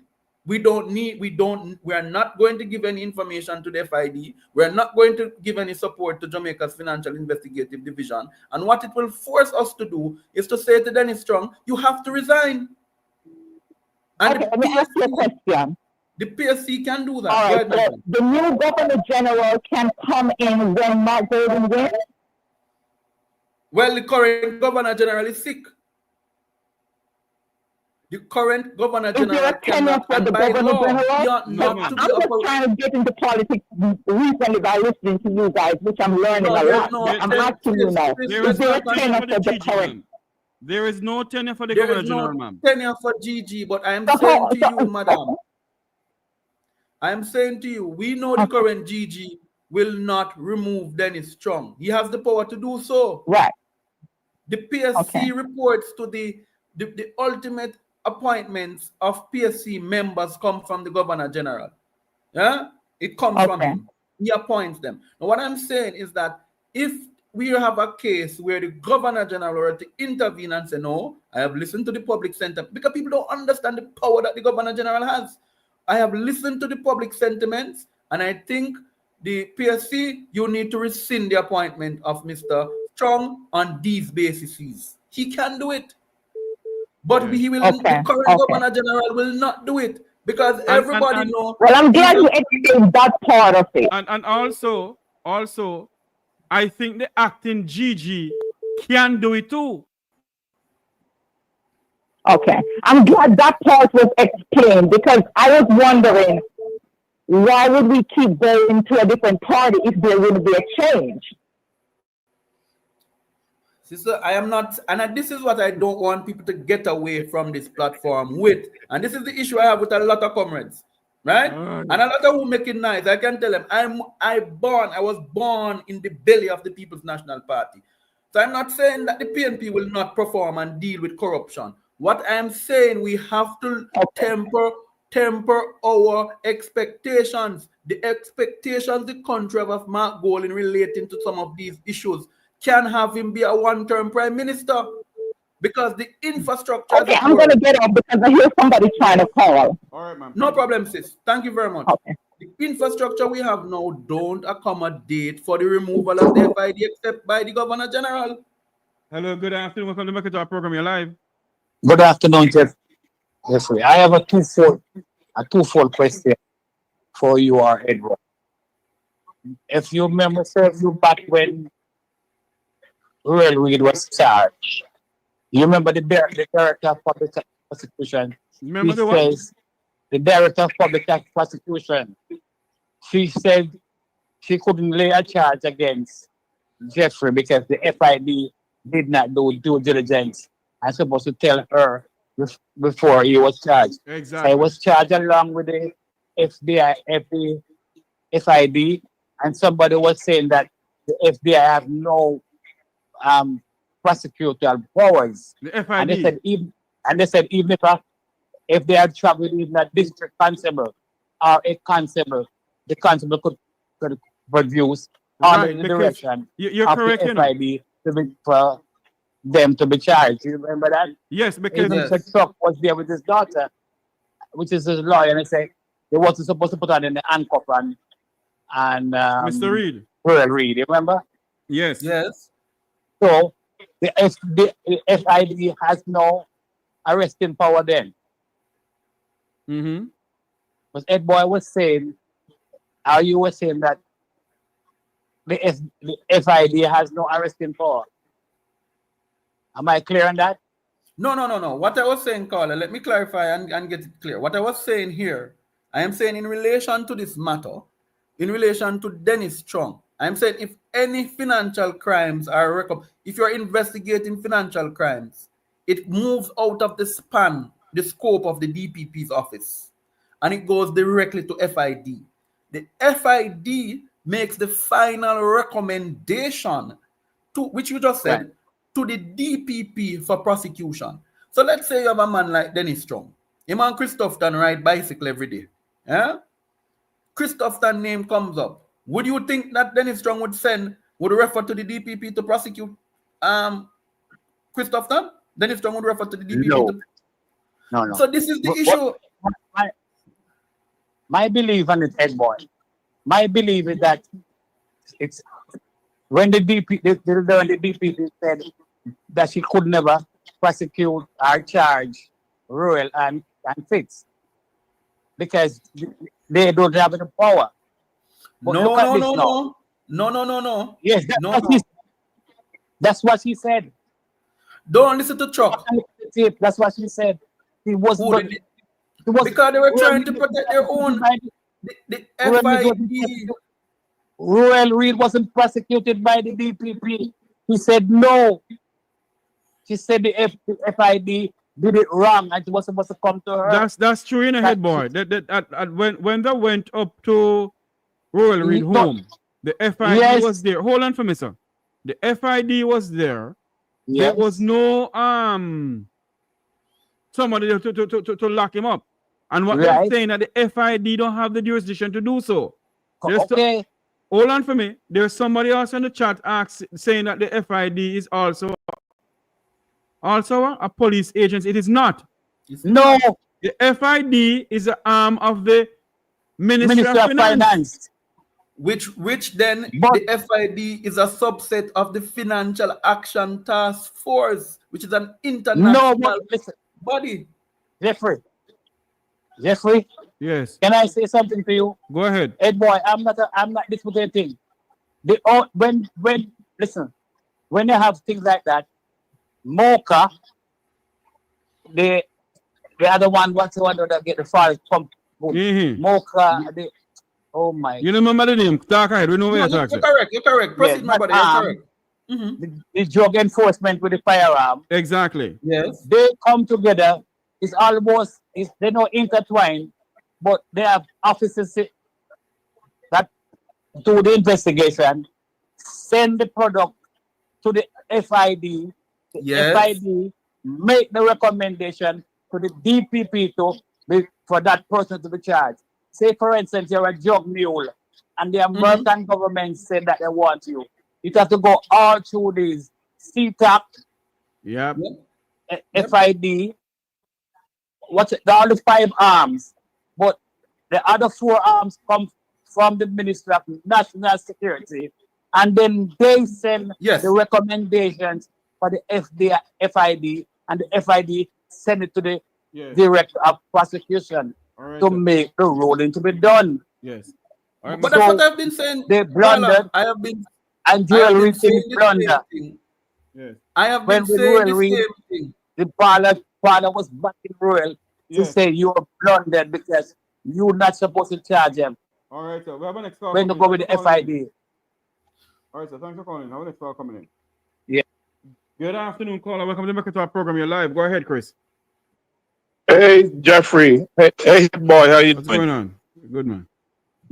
Jeffrey and Head Boy, this is the problem I see, right? So we can kind of take what's going on in the US and kind of have some ideas. You can have all the institutions you want, and the United States have them up and down, crossways, sideways, right? If you have corrupt individuals who are intent on breaking the laws, like the current sitting president, that will remove competent people and put in lackeys to do what he wants. We see what is playing out in this country, the great United States. And what you have in Jamaica is a mini version of that with Andrew Holness.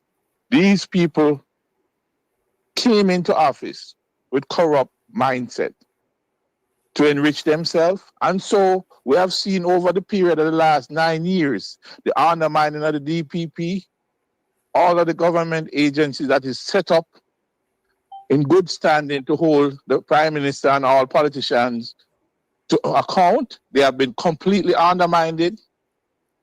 And this is the problem.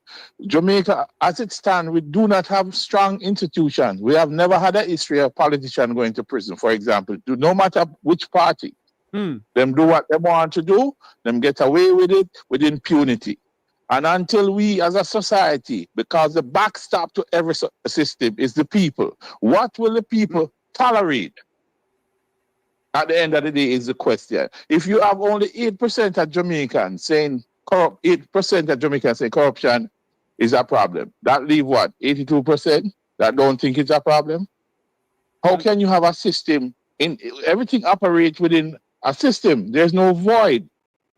And if you leave a void, you're going to have things go in that void and fill it. And not only that, Christopher, we have to be very careful here, Mr. Golden has to be very careful.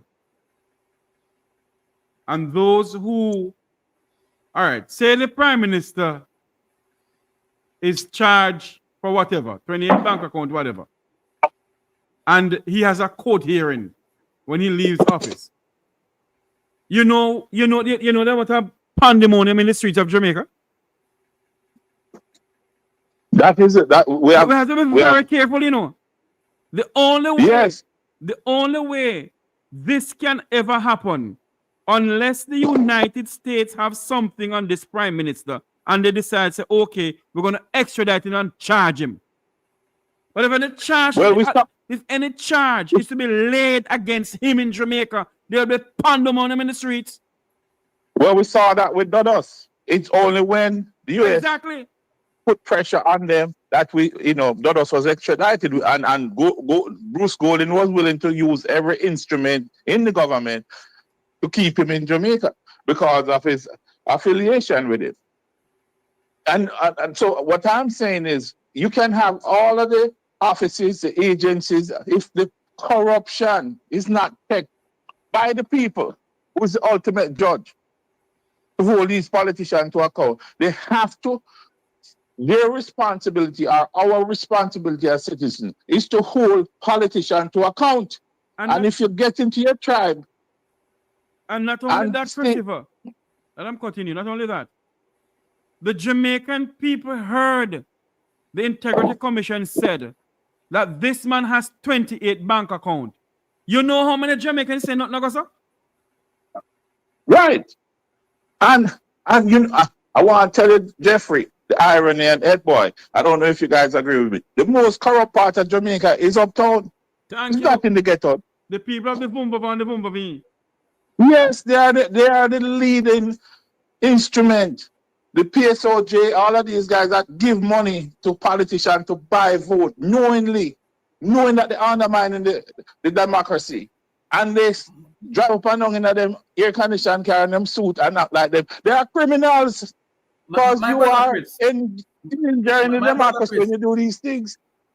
My brother, you just touched on an important point. And even though we're talking about what is really happening with this First Rock situation and SSL and its connection, you remember just the other day 250 guns were discovered? And 600 in Westmoreland yesterday. No, let me tell you this. Let me make the case and show you something. Every shipment in Jamaica have a consignee. Yeah? It has to have somebody who is going to.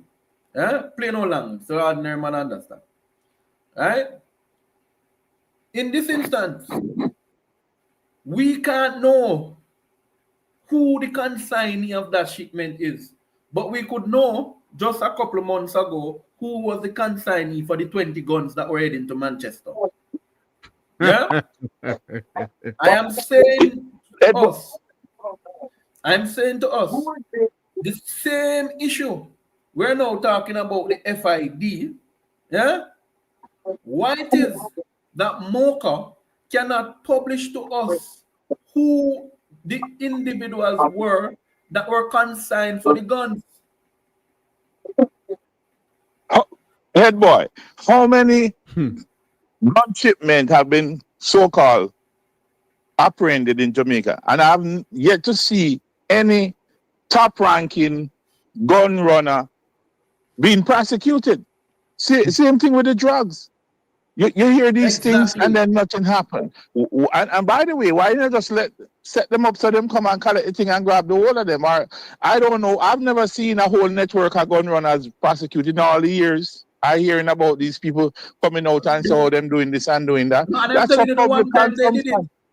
I am telling you the one time, because one thing with me, I give credit where credit is due. The one time they did it was the issue, the one in Manchester, that was the consignee for the 20 guns before this one was from Manchester. They followed, MOCA followed the guns, followed the barrel all the way to Manchester and then lock up the person. And they published the name. So I'm saying, why can't we know in this warehouse in 241, which is owned by a former JLP member of parliament, why can't we know who the guns were consigned to? There's something going on. There's a thing in the background, Christopher, they're playing. Yeah, I'm walking away from it. This is the Hold on thing. to me, Before I get off, guys. Mm-hmm. We can look at what is happening in the US and see that even with the best system for check and balance, if you have corrupt people who are bent on doing corrupt acts, the people is the backstop. The people is the backstop. But if, as Jeffrey always say, everybody in them tribe and the country get trampled underneath their feet. Okay? We have to put the country first. And I'm a PNP. I'm not going to say I'm not. But let me tell you something. I will not tolerate corruption from Mark Golden or anyone. And there's people in the PNP that I think should be kicked out. My personal opinion. Here. We have to hold everybody to account. And if you have your pitney and him go to Antifa and him come in and you take up fee, and when him turn big and start rob people and rob you, you have hold everybody to account. True. And then you will have a better system. I have a house in Barbados and I go down there all the time, and I can tell you this: it's a different system. And I'm saying there's not corruption in Barbados, but nothing at the level we have in Jamaica. Nothing. It's a disgrace. It really is a disgrace that we have to live and see our country brought down to a level, we shouldn't accept it. Shouldn't be accepted. All right, guys. All right, Talk man. to you All later. right, thank you, Brother Chris. Thank you, man. Let me say something here. You guys, what you guys,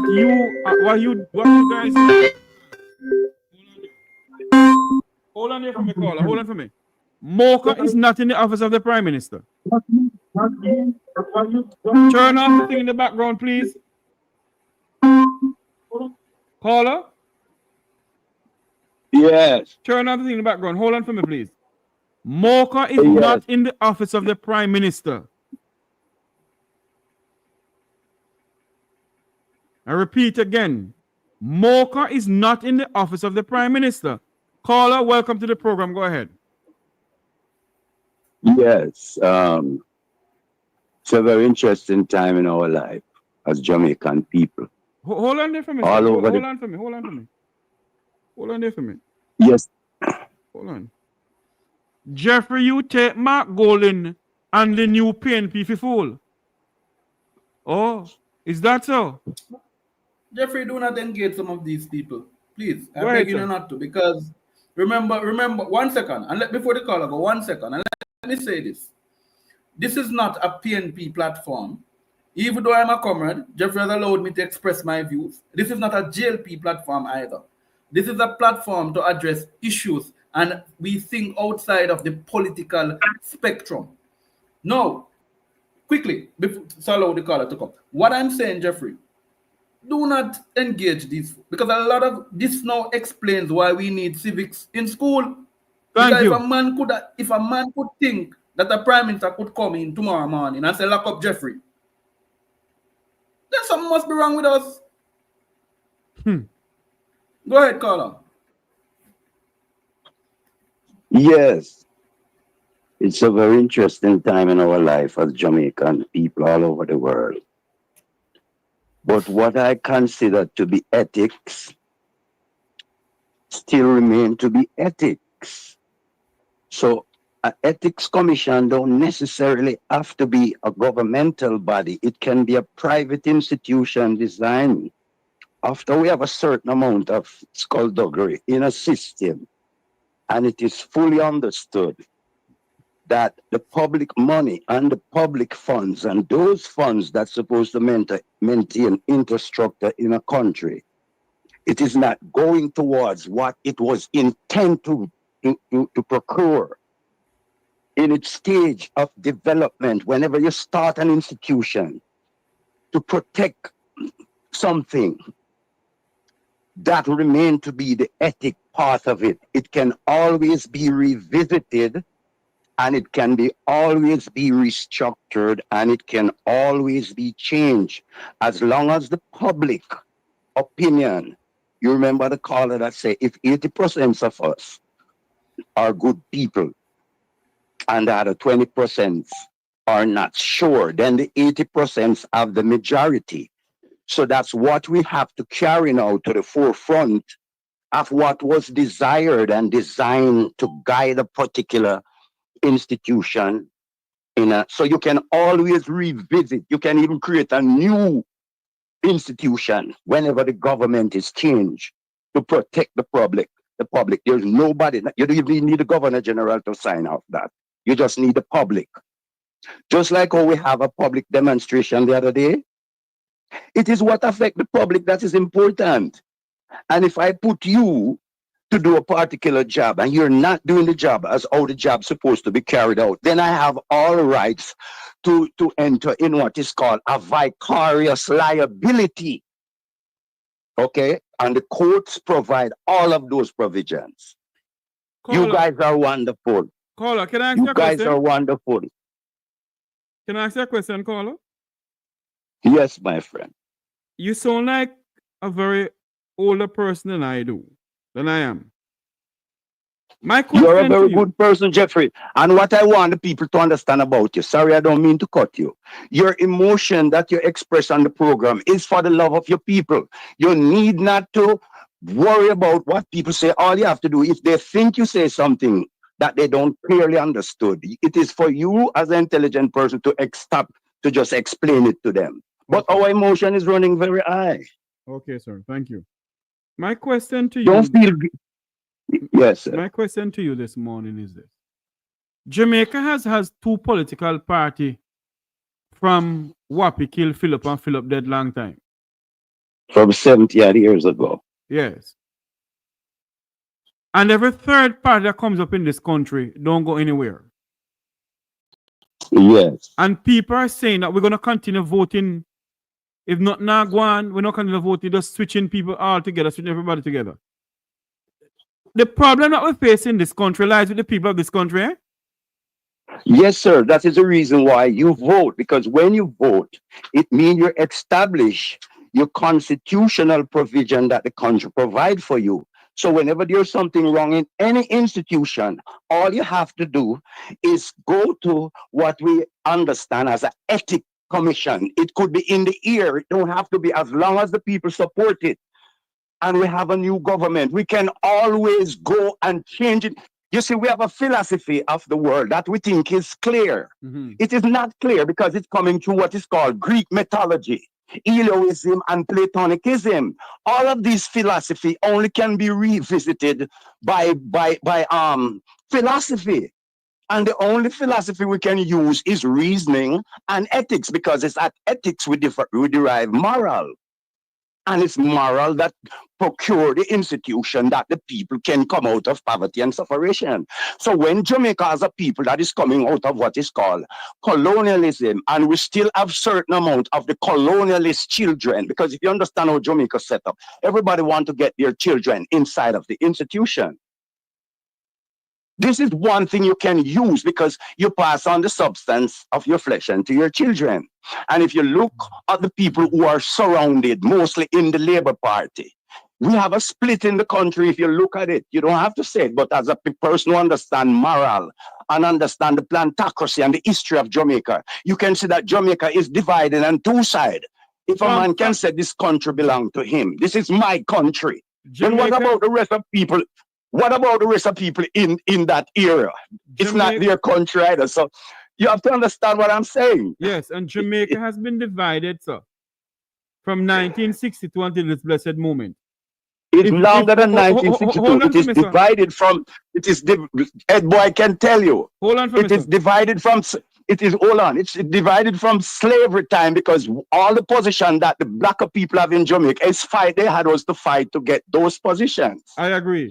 These positions, this is the reason now, these positions are what give the black people more institutional procurement in their country. So your vote is one of the most important things. All right, sir. Hold on for me now. That is why, if you have a platform like this and you speak about the PNP, PNP people come on here and say you're a dirty labor right, or you're a party. If they speak about the JLP, they come out and say, go where you're this and you're that. We don't have any. Hold on for me, sir. Hold on for me. Hold on. I'm just gonna clarify. Hold on for me. We don't have any independent thinking people who will think independent from a political party. All I am saying that we on this platform here, and Head Boy can back me up with this, we believe that everything will all disappear in the thin air. The lock up who to lock up. If the PNP win, it does not operate that way. That is the reason why I'm telling you this now. Whenever we find a sore foot, if there's a sore foot, Jeffrey, and you're not the doctor to deal with the sore, that's how the institution comes in to protect the people who have the sore. You see, politics is another thing, but from the election run, it's not the PNP party anymore. It is the people that is supposed to govern the country. When the election runs, when an election run and a government come into power, it's not a Labour Party anymore.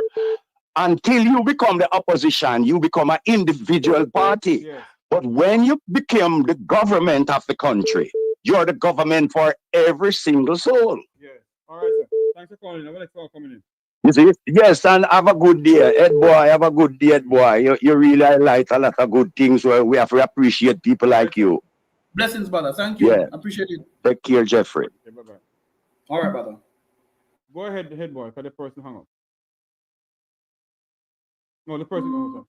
Good afternoon. Welcome to the program. You're live. Go ahead. Yes, my brother. Good afternoon, my brother. So the person who sent that text or whatsoever, or that message. What message? The one said, if you think PNP, I'm not going in our PNP or fool. No, let me say this to you, my brother. What you are doing, you must, and I'm a glad old Head Boy. This stop you on it, them outline everything to you. It's not everybody can do what you are doing. It's not everyone here in Jamaica. I am a PNP, you know. I'm a PNP. And I could never say a thing like that to you. Why? Is because you are not talking about that platform is not for Labour right or for PNP. It's for Jamaican people. And what you are doing it for Jamaican people, whether you're Labour right or PNP or whatsoever it may be. Now, brother, let me say this to you. Those people don't have any sense at all. So now listen to them. Don't make them do something that take hold of you. You understand what you are doing? Trust me. None of us in Jamaica can pay you. So just keep the faith and continue to do what you are doing for us. We are begging you, and trust me, we really appreciate you. Thank you. Things that you are doing, trust me, as I said this to you, we cannot pay you for it, and we don't know how to say thanks. But I am going to take this time out to say to you, thank you very much, and thank all the diaspora who stand up for us, and to do for us what we cannot do for ourselves. Thank you very much, my brother. Thank you for calling, my friend. Thank you so much. Love, my brother. Yes. Thank you. Head Boy, you're drifting away from the hard rock thing. What else are you gonna go into? Just give me a second, Jeffrey. 1 minute. 1 minute. Go ahead. Okay, no problem. I'll continue talking. Elaine Tucker, thank you very much. I take the PNP for a bunch of idiots. Thank you. The number to call is 954-529-8030. 954-529-8030. That's the number to call into the program. 954-529-8030. That's the number to call into the program. Oh, Jesus. What on earth is this? My God. Oh God. Head boy, I gotta send you this. Something just came into me a while ago. You got to see this, head boy. Please send it to me, Jeffrey. I just get. I can't say it on air as yet. No, Go ahead, just look send at it to my WhatsApp. Yeah. For those who are just joining us, remember to like, share, and subscribe. Like, share, and subscribe. We're gonna take a 2-minute commercial break to give you some ads. 2-minute commercial break. Don't go anywhere. Like, share, and subscribe. The One Jamaica Legal Defense. Good afternoon. Welcome to our program. You're live. Afternoon, Jeffrey. Afternoon, head boy. Hope you both are doing very well. I kind of tuned in late and I saw that you guys were talking about the first one, SSL saga, but then kind of like drifted off to something else. But I just want to add this point real quickly. Jamaicans need to get out of this. I'm a labor right, I'm a comrade. At the end of the day, we're Jamaicans first. And we need to come out of this division because I even hear some NT. You know, here's the thing.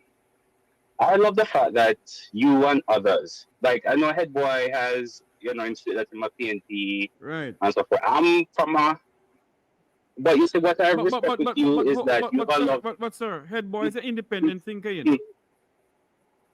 I know. I've listened to Head Boy talk, and you see that is the thing about when I listen to people like him speak, is that regardless of his political affiliation, he's not afraid to say, well, you know what, there are some shortcomings here in the PNP and whatnot. And that is what I like about listening to him when he's on your program. You know, he's not afraid to say, yeah, you know, even though I'm this and so forth, I can't say these shortcomings. But you see, the problem is with a lot of these Jamaicans. Go ahead, Jeffrey. You know something, sir? I do not know why some people believe that because I'm a Tavares, one blogger on a platform said because I'm a Tavares, me a undercover labor right. So because a family member of mine, member of mine is a member of the Jamaica Labour Party, that makes me a Labour Party member. Yeah, but Jeffrey, Jeffrey and Carla. Actually, my father was one of the biggest labor rights. Hold on for me, hold on for me, Carla. Hey boy, say it, boy. My father was one of the biggest labor rights you could find in Kingston and St. Andrew. Right. Delroy Truck, Audley Shaw. I'm not hearing Head Boy. I'm only hearing you. Okay, hold on. Go ahead, boy. I'm saying my father was a big labor right. Delroy Chuck, Montague, and Audley Shaw were frequent visitors to my father. So when people hear me speak, I grew up in the People's National Party as a youth, made the choice. Delroy Chuck then told me when I was 16 when I joined the YO, why are you going into the PNP? You have your space already. We have a space prepared for you here in the JLP to come and join the G2K. So I have learned what it means to when you, and whilst I was in the PNP YO2, me and them used to worry, you know, because I used to express views that would have some of them cringed. Because I am never, no political party, no organization that I join, I'm going to be a captain yes man. I'm never a yes man, will never be a yes man, and cannot be a yes man. And in relation to this issue, caller, because I want to allow the caller to speak, because I want to go back to the first rock issue, because something came to my attention. Not what you sent me, Jeffrey, but something came to my attention that I totally had forgotten, and you not send that thing to me. Yes. Yeah? Yes. All right, caller, go ahead for Actually, with that being said, Head Boy, seeing that you know so much political history, you know anything about Alan Douglas? Alan who? Yeah, is that quick? Head Boy? Head Boy. Head Boy? Go ahead, caller. I think we're what did the caller say? I didn't hear you. No, he's asking what he said. Caller. Go ahead and ask him what he said. Yeah, I was asking, in terms of political history, what do you know about Alan Douglas? Who's Alan Douglas? I've never heard the name before. No, you have Head Boy, but you don't remember. All right. We'd have to talk off here. Come no longer, expose certain things with family and whatnot. But in any event, I just wanted to really just add and say is that Jamaicans need to just think with an open mind, because one thing I notice with when you're in a political sphere overseas, even if someone, let's say in the United States, even if you were born, come to your parents as a Democrat and whatnot, but there's certain policies you didn't agree with. I see people openly will come out and say, you know what? I will vote for these policies because the Democrats are not doing this, and I like what the Republicans are saying. Why do you think Obama was able to win so convincingly in 2008 and 2012? It's not because it was a solely Democrats alone. There were people from the Republican side who came over as well because they liked his policies. You know? Thank you. And if the Jamaican people, like Elaine Tucker, would think independently and think about Jamaica, not about PNP or JLP. Think independently, but no, it's about their party and the party only. Bunch of damn Okay. I'm going to let you guys go for now, but if possible, Jeffrey, head boy, there's a lot of political stuff that I've heard you talk about, and I'd love to pick your brain about it if possible. So I'd love to talk to you offline. No problem. My number, we can do a conference call. Go ahead. No problem. I would love that. All right. So I'll message you after. So you guys continue. I'd love to hear more about the First Rock SSL saga. Okay, sir. Okay. All right, then take care. Yeah. Head boy, you're saying something? Right. So, Jeffrey, you know, for your listeners who are just coming in, as you know, we're going to be closing shortly. So I want to just give them a wrap up on what we're saying regarding to First Rock. So please, I'm asking the callers to hold off on the call, because there are some persons who have come on the live now, they might not have heard some of what we said about the First Rock situation. So I'm asking them to just hold on for us. Now what I'm saying now, Jeffrey, yeah, if you remember, as I shared with your listeners earlier on, and for those just coming in, that this company, First Rock, when it started, March 2019, their first investment, meaning the first money we got there, was from the Airports Authority of Jamaica / NMIA Limited. Within the same time frame, around the transfers of monies from that airport, from the Airports Authority of Jamaica to First Rock, within that same period, a particular minister purchased a property in Western St. Mary for $60 million and did renovations on it as well. So one could estimate that maybe renovations were actually $10 million. Let's say that. But let's stick to the figure we know for a fact, $60 million. Against the backdrop of the Ministry of Finance telling them not to get involved. Now, Jeffrey, the question that I want to ask your listeners, how long, and I don't want nobody to bring us down any, because this conversation started on the basis that we're saying, and I want people to know where the conversation started. Our good friend, statesman Sam, and us had a discussion where Sam said that he believes Mark Golding would have to prosecute people and so forth. And I want people to understand, prime ministers do not have the power to prosecute. And that was the fact we're trying to say. We're saying if you're dealing with financial crimes, it must be the FID. So that is why a man almost on him way out, Peter Phillips, would came out on Monday, because he knows the grave implications of having Dennis Strong at the FID. So when people come in to tell us about DPP and this and the FID is not a police agency and they lock up with Chung, with Chuck, and Chuck came there and said that handcuffs should not be placed on the gentleman, he is in fact correct. Chuck was in fact correct, because the FID does not have that power. Yeah? They don't. So we're not denying those things. I want people to understand that. But what the FID really has in terms of power is that it can recommend me for prosecution for financial crime, and it can recommend Jeffrey for prosecution for financial crimes. Now, if in that office is a tainted holder, because people have to understand that the Integrity Commission is now going to have to refer when the court rule in Andrew Holness's IC case matter. The court will, FID will then have to recommend, and the tax authority of Jamaica, because remember it's 2 persons the man take to court, you know, TAJ and FID / the IC, three of them. Those 2 entities will now have to refer him, one with the Ministry of Finance for tax evasion, and the other for the issues surrounding money laundering.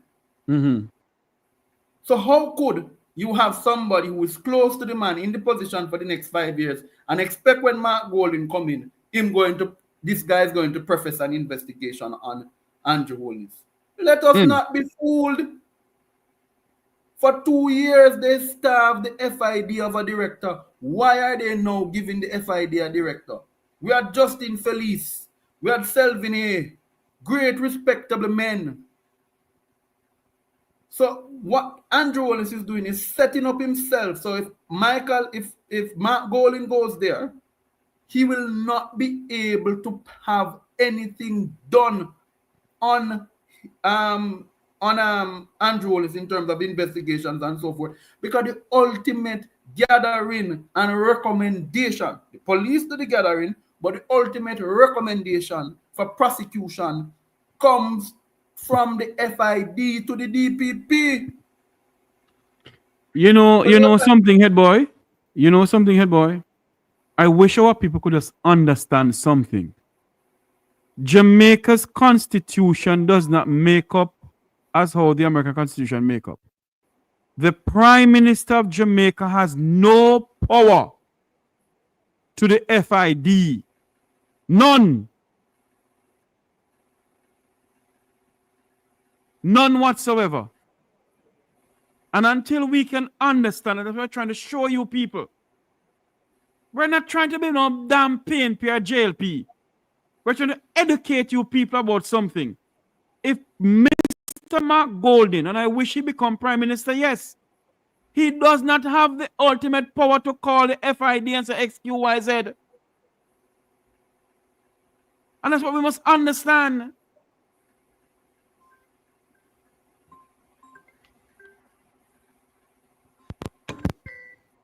Good afternoon, caller. Welcome to the program. You're live. Yes, good afternoon. I agree. Financial Investigations Division doesn't have prosecutorial powers. Its duty is to really investigate financial crimes and refer those crimes to the Director of Public Prosecutions or the police, you know, because the police can prosecute just as the DPP, but it's just that the DPP is the final arbiter. He can decide which case to close or which to open, you know. But the Prime Minister on a whole is in charge of the government. So when Mark Golding wins the election, he can effectively instruct, you know, the Minister of Justice his priority areas in order to get back some of our monies that have been stolen. So absolutely. I think that the Prime Minister in Mark Golding will play a critical role in creating some form of justice, because there can be no economic recovery without justice. Absolutely, the country is broke. Yes, the country is broke. So we need some of those monies to fulfill the budgetary requirement under Mark Golding. The country doesn't have any money for the PNP to have a sustained government. We have to get the money from somewhere. And we know where the monies are. We're talking about First Rock and SSL. They are the same players who are plundering government funds and distributing it back to ministers of government.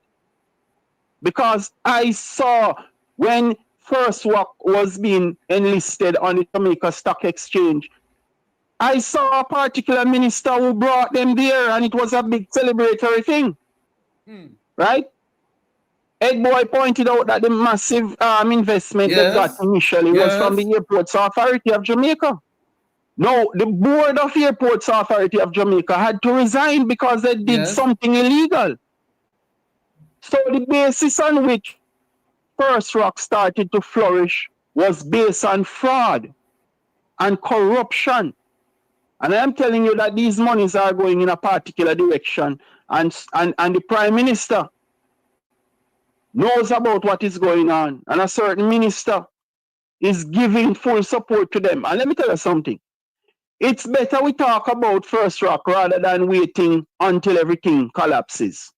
If we had done something about SSL, probably the lady who put her $60 million in there from the proceeds of a family property. Yes. She wouldn't have been caught if we were talking about SSL. So let us talk about First Rock right now.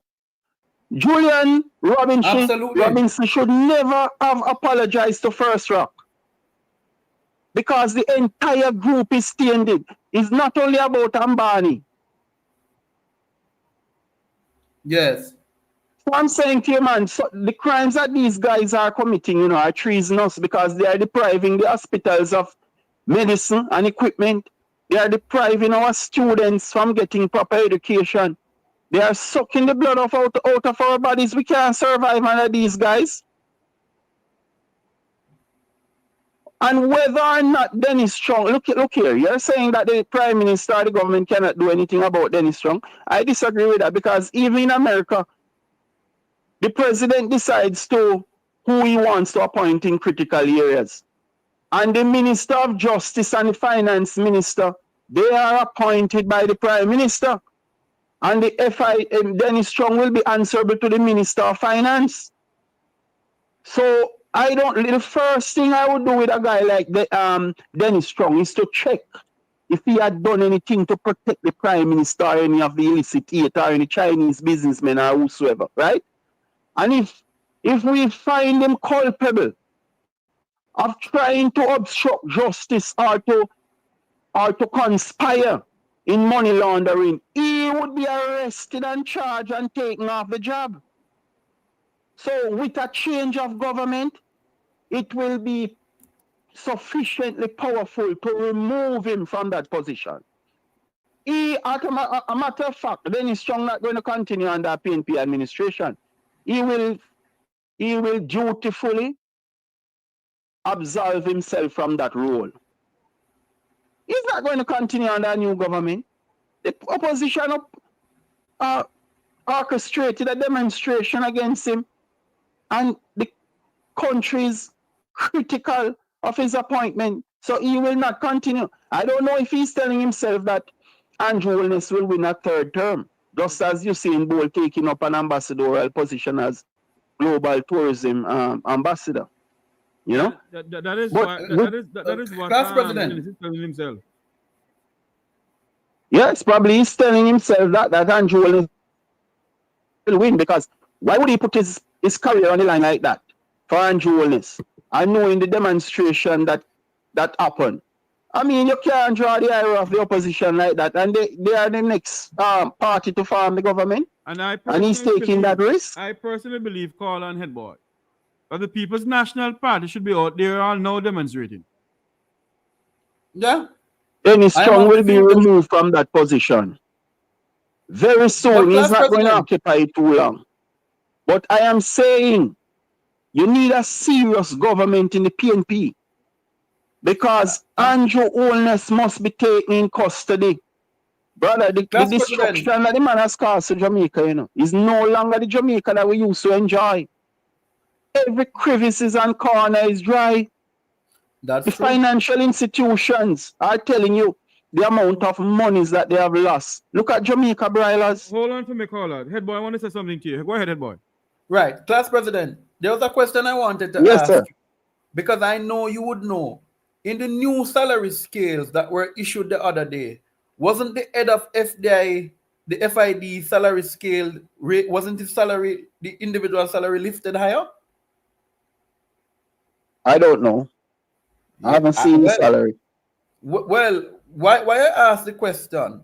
Because remember, judges' salaries were raised.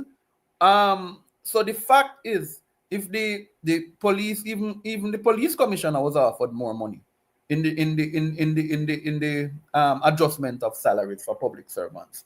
So I am saying, could it be the only reason why this man took up the job is because it's the salary? So maybe them say, well, you know, then not just the corruption part, but I'm referring to also the salary as well. Because I would love to have a sense, and I'm going to go look back on the publication from the Ministry of Finance in terms of how the salary scales were raised, because we'd love to know how much money he's making a month. But he's going there to make himself more wealthy and to protect businessmen who are in corruption, and also the politicians. So the politicians will pay him separate money to protect them from being prosecuted or being exposed as involved in any proceeds of crime. Because one of the primary duties of the FID is to really activate POCA, which is the Proceeds of Crime Act, and to make rigorous investigations and expose. One, they must expose them to the public and refer the matter to the DPP, because the FID is heavily into information. They have to disseminate information as soon as they investigate. They can't keep it private. Public information is what they have to disperse frequently.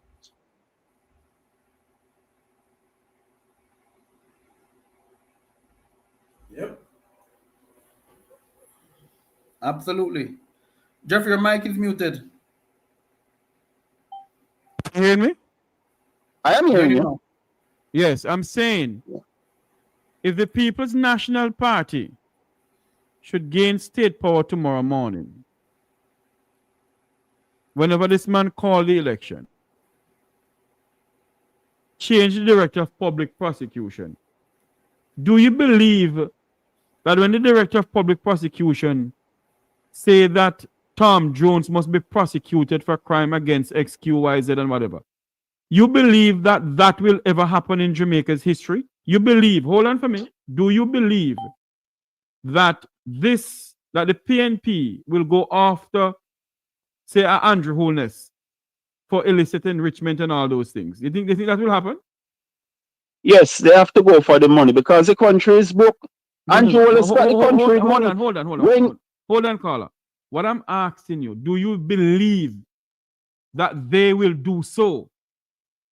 Yes, because the boys club no longer exists. Too much money have been stolen, Jeffrey, so they are no longer friends like that. The law will take its course. How you know that they're no longer friends like that? Well, guess what? If the PNP doesn't prosecute Andrew Holness and certain ministers who are involved in SSL and so on, we will know as a public that the Prime Minister would have paid over money to people in order not to be prosecuted. Because there is ample evidence. We don't even need the FID to ramp up any recommendation against Andrew Holness. The Director of Public Prosecution can lock him up. The police can lock him up. A constable can arrest and charge the Prime Minister for any corruption that he was involved in. And you know, this word corruption sounds too cute. I'm going to call it grand embezzlement or fraud. And guess what? It's treasonous too, because if it was some other countries, when you deprive the citizens of critical services by stealing taxpayers' money, I'm telling you, the punishment is their ultimate demise. These crimes are serious crimes against humanity. When you steal resources and our people are having such hardship, mass migration. Let me ask you this question, caller. All of this has been happening in this country from Wapi kill Philip. And there's only one politician go to jail. You believe in your heart of heart that they will go after the people who was in power when they become government? I think there will be a change this time around, Jeffrey, because to the amount of monies that have been stolen, the PNP will be left with no other choice but to initiate. Well, I know Ed Boy said that Mark Golding cannot initiate prosecution and so on, but he is the head of government. And all the people. Yes, he is the head of government, but no. He is the head of government, but he's not the head of the judiciary. If I'm pronouncing this word correctly. No, I'm saying, I know the Director of Public Prosecution will be independent and so on, but the Prime Minister will direct policy. if the Prime Minister is taking an anti-corruption stance and to prosecute those matters in the strongest ways, then the director of public prosecution has to fall in line. And everybody has to fall in line. True.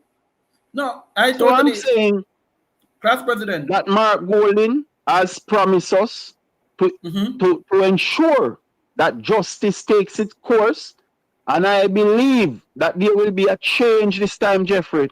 But how would they run the country without getting back some of these monies that have been stolen? But The country has collapsed. But look, there's no money in the country. Look how much have been stolen over the years. 1 second, Jeffrey. Go ahead, boy. Because I want to agree 150% with Class President, and I'll tell you why. He has rightfully put the point in the way that if poker is used in the way it was intended to use, remember, when Bulby, and I'll give us a history, when Donovan Bulby Bennett died in Clarendon, in Rock River actually, a massive house him have down there. You know who is the owner of the house now? It's an asset of the FID. So Class President is right. The only way, the only option that Mark Golding and his incoming government has is to pursue the funds to recover them. But I want to raise this point with Class President because I know he would be aware.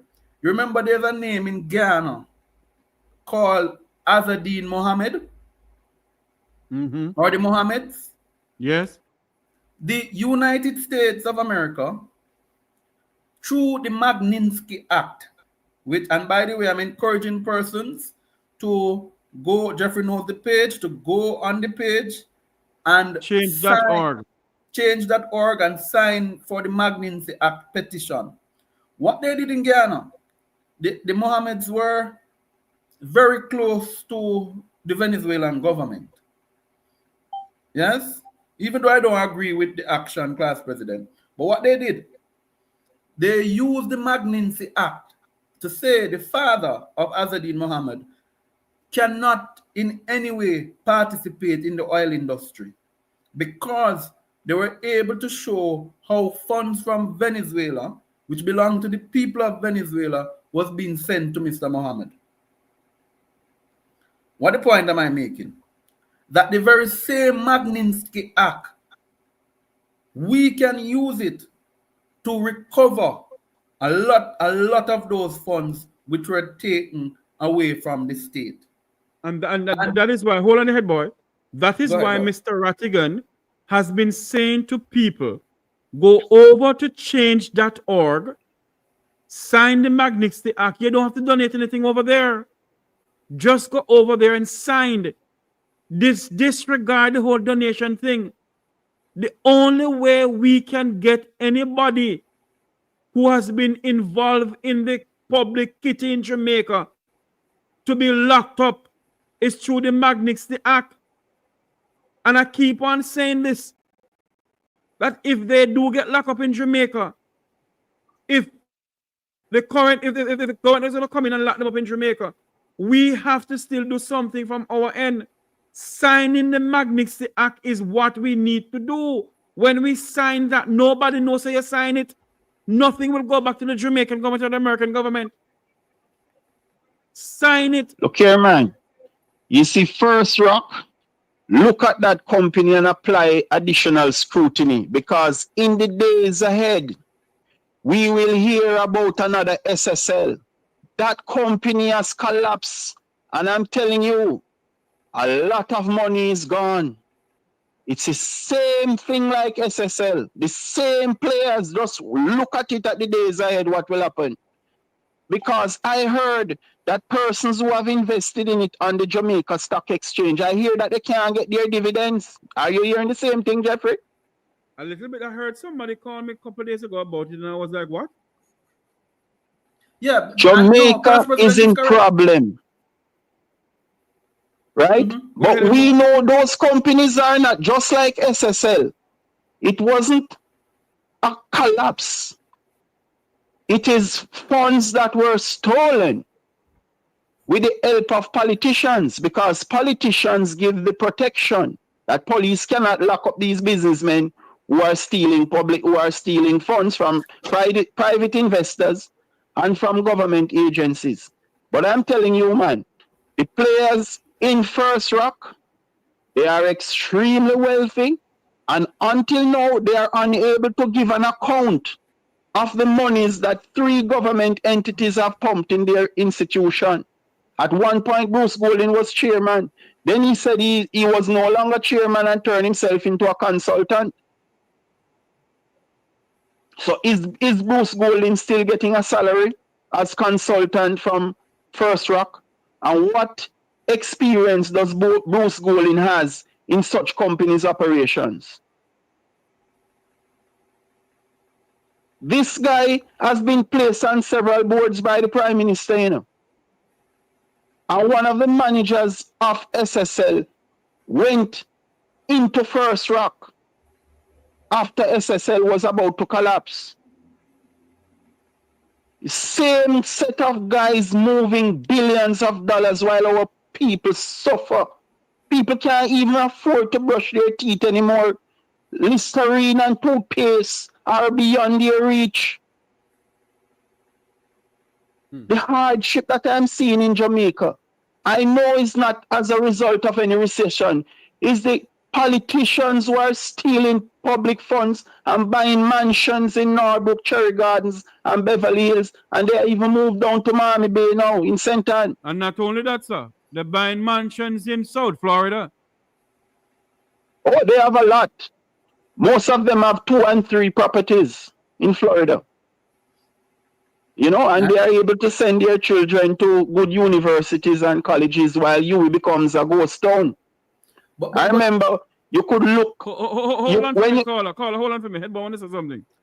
Because I want to ask class president, and he would be able to tell us. Abani, the group, it's called Abani or Abani. I can't pronounce the name properly. But Abani. Right. Abani. Abani. Yes. I'm referring to their project. Yesterday, the First Rock issued a statement that they no longer owe Sagicor. The project is no longer under receivership because they have paid Sagicor. Their statement was that First Rock itself is not in trouble. Yeah? Now, you know, business class president, if you have a holding company and there are subsidiaries under that holding company, wouldn't you say that whatever the subsets are going through, financial crises they're going through, wouldn't it affect the overall performance of the group? 100%. There is no doubt about that, right? So that is why I'm saying that there was no need for Julian Robinson, opposition spokesperson on finance, to have apologized to those criminals. I agree with you. I have no time to apologize to criminals who enrich themselves on the back of the poor, while our people suffer, face the worst indignation in this world. Life has become so hard in Jamaica. Those are the same businessmen and politicians combined that are making life so hard for Jamaicans. And once there is a project that has faced financial bankruptcy, the entire group is in problem. Absolutely. So if you can criticize the subsidiary, you can criticize the group. I don't see any problem with that. Because in the first place, the group received monies from government in a fraudulent and corrupt manner. So we have all right to be critical of it. And just a few months ago, it reported that they lost over $108 million in the first quarter of 2024. Million US or Jamaican? It's Jamaican dollars. Okay. But we don't believe them. We suspect it is far more money than that. They were just doing that to ease off their investors. But if you look, class president, because I have been tracking their assets, I have been watching their assets. If you look, they did an investment in Costa Rica. So if a lot of people know, Costa Rica is, in some parts of Costa Rica, it's similar to Punta Cana. You can buy these property, rent them out in timeshares, and make a good change on the investment. They just recently in Costa Rica declared that they're pulling out of those properties and selling them to kind of bring more funds. I'm merge selling it so that they can consolidate their funds to focus more on their operations in Jamaica. In Barbados, they have properties that they're now selling. In the Cayman Islands, they invested into a company that's doing a mall. Yeah? And I want to remind people. Hold on. The company that's doing the mall is in the Cayman Islands? Yeah. So that mall is done by the Dart groups? Yeah. Continue for me. Jeffrey, do you know why the Speaker of the House went to Cayman Islands the other day in a rush? People were saying or speculating that because the road to Mandeville was there. And I said, I would just like to delve into some small issues. The Speaker of the House went to go look for your assets. The most of and sometimes and I see where they have companies that they open from St. Lucia, the same pattern with the Prime Minister. Okay, let's go again. Do you know why the Prime Minister announced a reduction in the dividend tax? Because for companies who are incorporated off the Registry of Jamaica, they are not necessarily required to pay taxes in Jamaica once they're not doing major business in Jamaica. However, they must declare their dividends, and the dividends must be taxed. Hello? So what you find persons who are hiding behind companies, particularly in the real estate section, what them do? Them register the company in St. Lucia that own the real estate in Jamaica. They earn, the capital that's earned is sent back to St. Lucia in dividends. Now, why would the Prime Minister remove the dividend tax? Because First Rock Group is one of the largest group outside of the major investors like you would say, your Mayberries and your Sagicor and Cygnus. First Rock is the largest group right now that has assets off the shores of Jamaica that they're required to pay dividends. Hey boy, I don't really think that First Rock is really into any genuine investments, and I think that they are just doing money laundering. Just as SSL. Yes. SSL wasn't doing any investment. SSL was just collecting people's money and providing false statements on paper. They are moving money very widely. I wouldn't accredit them as any reputable institution to do business with, because everybody was wondering how they got on the Jamaica Stock Exchange so early. They just had opened the company, They didn't get any time to develop any business practices or any reputation to earn the trust of the public. But yet still they were placed on the stock exchange market because of corrupt political players. Let me ask a question a little bit here. I want to drift 2 minutes. Just 2 minutes, and give me 2 minutes here. I want to drift to something here. I want to ask class president this question. There's a thing going on at Miami Bay with some truck drivers at the entrance of the Chinese construction communist country's construction company. And a Chinese national was saying that he doesn't have to pay the Jamaicans them because he have people in high places. Give me 2 minutes of your take on that. Well, the Chinese community in Jamaica, they do not respect our labor laws, and they are highly connected to politicians. As a matter of fact, the Chinese workers are the ones who build the apartment complexes for Juliet Wellness. I just passed one a few months ago on Deanery Road. They call it Vineyards. It's a 2-story complex on the premise, on the property, and when I went there, Chinese workers were there. They were the ones who built it, and it's ready for sale since last August. Something like 28 million and 38 million for 1 and 2 bedrooms, respectively. So they are working with the Prime Minister and his wife. The local contractors, building contractors, have nothing to get. These men used to be able to build, send their children to school, rent properties, build and sell properties. All their investments are gone. So Chinese have all our Jamaican money spending now. We don't have nothing. You know, we sit here, and we come on this corruption. What the Chinese is saying, Jeffrey, to the truckers in Mandy is that, look here, we bought you already. You were sold like slaves. Exactly. The politicians already collect crocus bag of money underneath the table, or they get a beachfront property for themselves.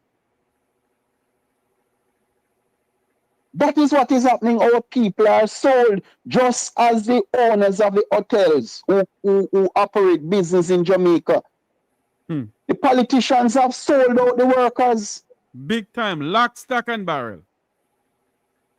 Why do you think they are so wealthy? Why do you think? Hold on for me. Why do you think a well-known Jamaican politician, it's alleged that he has a presidential suite at a famous hotel in Ocho Rios that we're investigating right now? Won't call in the name yet. I believe you. They are in it for a long time, Let me say the T1 class president. Every single hotel project, coming afraid of nobody. Yeah? Every single minister gets a commission. Not just the commission. Every single new project you see broke ground and has so far been completed. Let's use the Princess Hotel in Hanover. Right? Every single one, a certain individual in the Ministry of Tourism. I never said the minister, please. So nobody don't say I said the minister. A certain individual in the Ministry of Tourism. Even if you say the minister, that is not libelous. You'd have to call the person's name. Those individuals hold every project they have gotten a presidential suite for life. So what it means is like timeshare. They can go there whenever they're ready, right? And then the hotel rents it out when they're not using it. And not only that person, there's another person who, if you're building a shop or any apartment building in the corporate area, he must get a room to a shop too, Yes, that man, you just spoke about, Jeffrey. He had 2 houses in I'm trying to remember the place. Where you remember when they went to look for Dudus at one of his townhouses? Where is that place again? I'm trying to remember the exact location. Are you referring? He is extremely wealthy for a man who hardly can read and write. He has made his way through politics and he's extremely. Talk to you. Are you because I want it with me, but it's not done there. Because I see where you're going, it's not done there. When they went to Red Hills, to the home of Keith Clark, looking for Dudus, how they say they mistaken Dudus for Keith Clark? Damn lie. No, it's not the lie.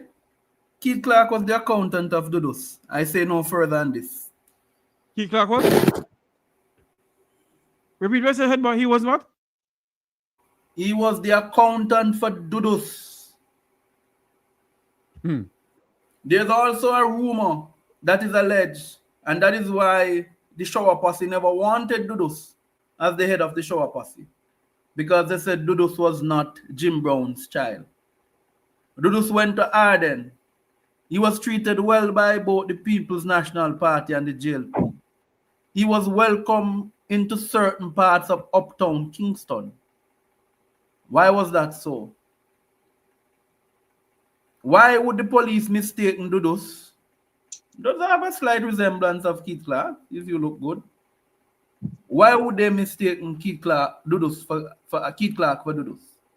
I'm not here spreading any propaganda, but I'm telling you, Go and do your research. Ask anybody from down to And it I did not found primary me used to go and in it Jeffrey. and it turned out that the persons who were charged for Keith Clark's killing, they were acquitted by the court. Because it was a sanction hit by the state. So the state must protect its own. Because if they uncovered, you know what they were searching for, Jeffrey? Let me say it to the public. They were looking for the ledger of Dudus. Because if the ledger came out, God help them,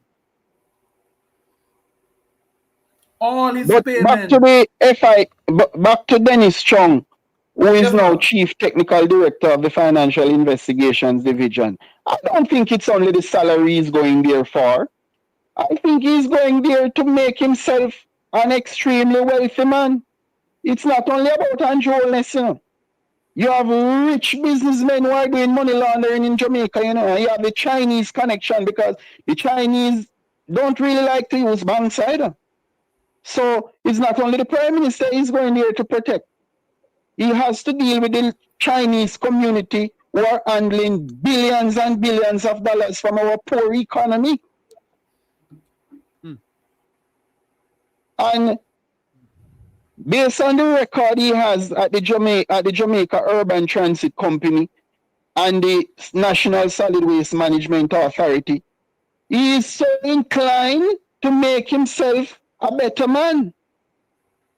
But class president, in all what is going on in this country, class president, corruption here, nepotism here, $38 billion being spent on Conal General Hospital, I know it can't done, $3 trillion unaccountable for, and Prime Minister bank account, and so on and so forth.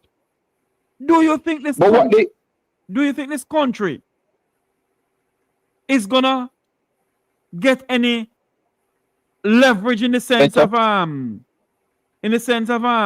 getting back all of those money? Well, for sure, we can't get better as a people unless those monies are recovered and the guys are prosecuted. There is no way we can move forward without getting back those monies over the past 9 years or close to 9.5 years. The politicians under the Jamaica Labour Party, they have created some serious problems for our people. The kind of monies that are gone. Remember, the Prime Minister's wealth is not truly captured as yet. The Integrity Commission will tell you that it doesn't have the scope to investigate him fully. That is why they refer the matters to Tax Administration and the Financial Investigation Division, because the FID would have international partners to see where monies are moving to. The Prime Minister's 28 bank accounts are smaller than his real estate empire. This man is the youngest Prime Minister in the history of Jamaica. Look here, it's not easy to become Prime Minister anywhere in the world. It's not an easy thing. He has luck and he became Prime Minister at a very young age. This man has no bank loans to pay. He is a wealthy man. I know wealthy families who are still repaying banks for various loans. Handholness has no loans to repay. I am paying back a lot of loans and I'm a very wealthy man. Look here, can you imagine Handholness is so young and will demit office and activate his pension and receiving $30 million per year? I'm telling you that this man has to be charged for fraud. And when you charge him for fraud, you can let the court declare that he is no longer eligible for pension. True. With all of the mess he has created, we can pay this man $30 million per year after he demits office. Jeffrey and Ed Boy, Mark Golin and the incoming administration will have no other reason than to charge Andrew Willis. Well, he will have to be the man that creates history in Jamaica, because Andrew Willis has done a lot of things differently, He has exercised his power without conscience. And I am telling you that it's no longer the boys' club, Jeffrey. Andrew has broken every rule among the boys' club. Because I am hearing that, and head boy, I know where this place is though. There's a certain place in Kingston, in St. Andrew area, that all the former and present thief go there to play domino. And I get to understand that there is a big eruption going on there now that they don't want to see that man, such man. Jeffrey, you mentioned, look here, the Prime Minister doesn't have a lot of influence anymore. Because when he called on the Jamaica Labour Party supporters to demonstrate on the day that the PNP was doing its demonstration, and it's not only the PNP, civil society came out because they are outraged with the actions of Prime Minister Andrew Holness. A lot of liberals are out there. I didn't see that. The handful came from a joining community in Almantown. I didn't see that otherwise. Hold on for me, sir. A lot of liberals are out there in different colors. They didn't have no green and orange. They were out there. Oh, okay. Yes, I agree with that. Because look here, the labor rights are hungry, you know. Yes. When the Prime Minister was orchestrating SSL and First Rock, those poor labor rights that he was asking to go out and demonstrate, they didn't get an ice mint from out of those transactions at SSL and First Rock. Right? All the monies that are moving out of the country, the labor rights have zero to get, nothing at all. So they and their children have been slaughtered by the police, extrajudicial killings going on now. So when Andrew Holness called for their support, it fell on deaf ears. They are not coming out for him, Jeffrey. So when the government changes and they put this man in custody, nobody will go out there and demonstrate for him. He's not relevant. He has made himself extremely wealthy and the people are living in the poverty. Look at what look at what this guy has done to the health sector. Corruption, has stolen everything. And Cornwall Regional Hospital. And you know what? They have banks too, you know. They have banks that are doing the money laundering for them. Because how can you have an overrun from $2 billion to $28 billion and it includes the Chinese? The Chinese are there working on the building, right? Then they have their friends as regional chairmen, and the corruption goes on. And they have their friends who's a chef, who's project manager. How are the bang around going in the country? Look at what Sarah is going through now with Dwayne Smith. How can you give an addicted gambler a big contract for $2.2 billion and the people can't even get cheese and crackers anymore? You know what is happening? The porters have to be smuggling cooked food into the hospitals to the patients, and the family give them a money. The patients are not getting any properly cooked meals, and it's Dwayne Smith got that contract. And I doubt if he has $10 or $20 million left out of that $2.2 billion. Right? So the opposition spokesperson and health should demand answers about that contract. So hold on. And there. what? Class president, hold on there. So when do it? In go back road with it? Yeah, look here, Jeffrey, it doesn't matter how much money you have. When you're an addicted gambler, everything goes out. It's easy to lose $1 million in an hour or 45 minutes. And those guys will go back home for money to go back to the gambling table to try and win it. And when they go there, they lose $3 more million instead of losing the $1 million. That's how gambling goes. Can you imagine Derek Smith had to be given $7.5 million by the Prime Minister the other day, and they call it consultancy. Derek Smith cannot see properly. Derek Smith cannot walk properly. Well, guess what? I heard that $7.5 million gone down in gambling too, even though it's the father who's supposed to get it. My God. So we have to question that contract, that $2.2 billion, right? Obviously, Dwayne Smith has no money in the balance. He doesn't have anything in the bank. So how is it that he's servicing that contract to provide hot meals for the hospitals when he doesn't have any money? The monies are gone. So this guy must not only resign, you know, he must be taken in custody and charged for grand fraud. He got the money, and the people cannot get any food in the hospital. And How many I agree with hospitals you consist of the Southeast Regional Health Authority? You have UE and you have KPH, right? What are the other ones? Remember, Sarah covers up to St. Thomas as well, you know. Okay. Kingston. Well, they're not Kingston getting any St. food. Andrew and St. They're not Thomas. getting any food at all. No food. The nurses are also complaining, and the patients are complaining. Yet this man is a member of parliament. If he cannot repay $20 million to his friend in personal loan, and I know what personal loan means, you know, Ed Boy and Jeffrey. Right. That's a gambler's money to go back and try win what you have lost. Absolutely. But guess what? Instead of winning, he would have lost that 20 million in gambling also. There is no end to a gambler's habit. They will go out of their way to gamble money from any angle. So that one is for sale right now, you know. If somebody, any crackhead can go and buy him out in his constituency to do something corrupt or to take government resources, you know. Any crackhead? You can't have a man like that in as member of parliament handling public resources. Hold on, the class president. Hold on. Let's say a while ago. Anywho? Any crackhead can go and buy him out because they would be in the same category.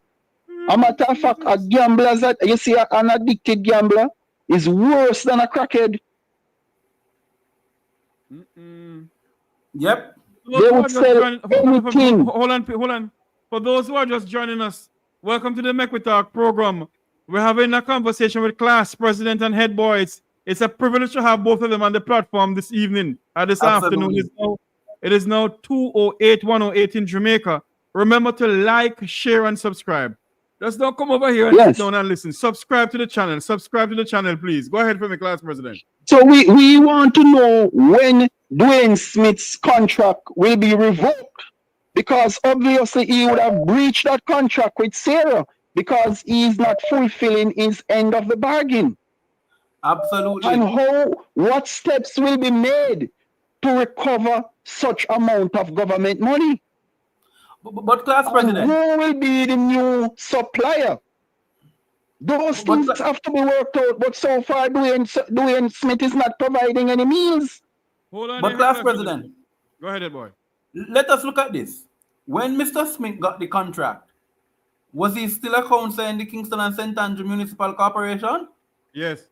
Yes. Okay. Did Mr. Smith declare this contract to the Integrity Commission? Not that we know of. No. You know why I asked the question? No. When did the Integrity Commission say we have 8 illicit and we have illicit enrichment? And do you realize that his name has never came up in anything? Nobody talking about his name? Let me answer the question that I'm answering.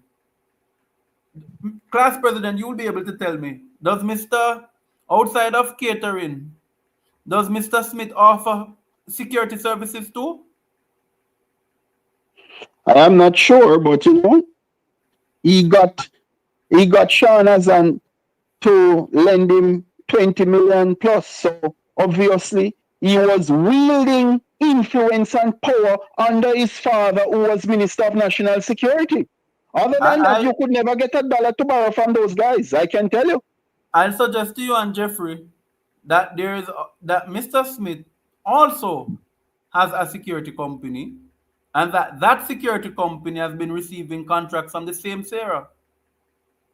Oh. Do you know how much? I am saying billions. One second, class president. Hold on, class president. Go ahead, boy. Hold on, class president. Go ahead. Do you know what is the budget of the Ministry of Health for security companies annually? How much is it? Billions. They're spending in excess of more than 2 billion annually for security services. One company alone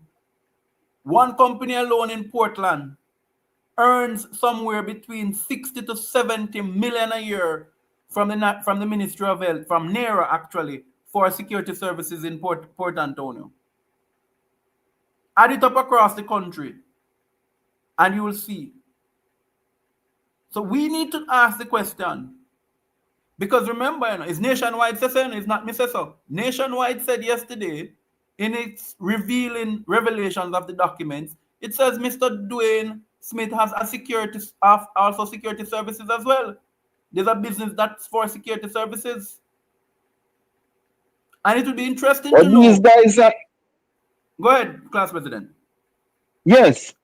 How could you give a man like Dwayne Smith $2.2 billion contract? If you had asked him to provide his balance sheet, because the first thing, if you're going to spend a lot of money with somebody, you'd ask him what kind of money he has in the bank. Yes. What is his asset? And you would do basic background check on a man like that, and the government just put $2.2 billion like that in his hand. Friend, what the hell wrong with Is the chairman of Sarah compromise? What did they get? The whole entire government is compromised. From the Ministry of Health comes straight down compromise. So can you imagine how dangerous these guys are? They have stolen the monies in the health sector to provide equipment and medicine. And now they have stolen the money to provide crackers and cheese or hot meals. So the entire health sector has been ravaged by these criminals. I'm telling you, if they were in certain countries, they would be charged for treason. True. Because they have destroyed so many lives, they have caused so many children to be hungry. When I heard Professor Hilary Beckles said, listen, University of the West Indies doesn't have the money to provide for the institution and operate these educational programs anymore. They have to be involved in business. So you will become an hustler zone instead of place to provide tertiary education. They are saying now that they have to go and run business there in order to survive. And when you look on campus, it's like a ghost town. 7 years ago, 8 years ago, I can tell you, University of the West Indies was a vibrant institution. Let me ask you this question to talk about you. You see Dr. Hunter comes out, Roger Hunter comes out and talk about those doctors who are not qualified to be up there and so forth. Don't you find it very funny? Well, not funny, but that those doctors don't have the certificate to be operating as neurosurgeons in this country? Well, guess what? The first thing is that what the Medical Council of Jamaica has done to Dr. Roger Hunter was totally illegal. They couldn't accuse him of any particular malpractice. They don't have that against him. So it's just like you have a rogue government, you have a rogue board in the Medical Council of Jamaica who could find it fit and proper to suspend a neurologist's license without even having heard his response to any accusations they would have made. And so far, when I listened, they don't have anything against him. They think they have the power to do so, but they don't. And I expect that Mark Golding and his Minister of Health will restore Dr. Hunter's registration immediately as they take power. And it doesn't even have to go there either, because the court would have an interest in resolving this matter. And I'm sure Dr. Hunter will proceed with civil litigation. But can you imagine? Dr. Hunter speaks based on his experience, what he has seen happen at the hospital, and he was suspended while the perpetrators are still working there. They are the ones that should have been suspended. The kind of surgeries that they have done over the past 2, 3, 4, 5 years, they should be doing an audit of them to see the outcome of the patients. And that is why we're asking the question from yesterday and from way before that too. Where is Jamaica's Governor General? He's being paid by the taxpayers of this country. Costas Fuller is acting as GG. It is the duty of either the Governor General's office or the Prime Minister's office to tell the Jamaican people if the GG is alive or the GG is dead or the GG is incapacitated or the GG can this or the GG can that. He's being paid by the taxpayers of this country. Exactly. All the functions that are going on that the Governor General should attend, I am seeing Costas Fuller standing for him.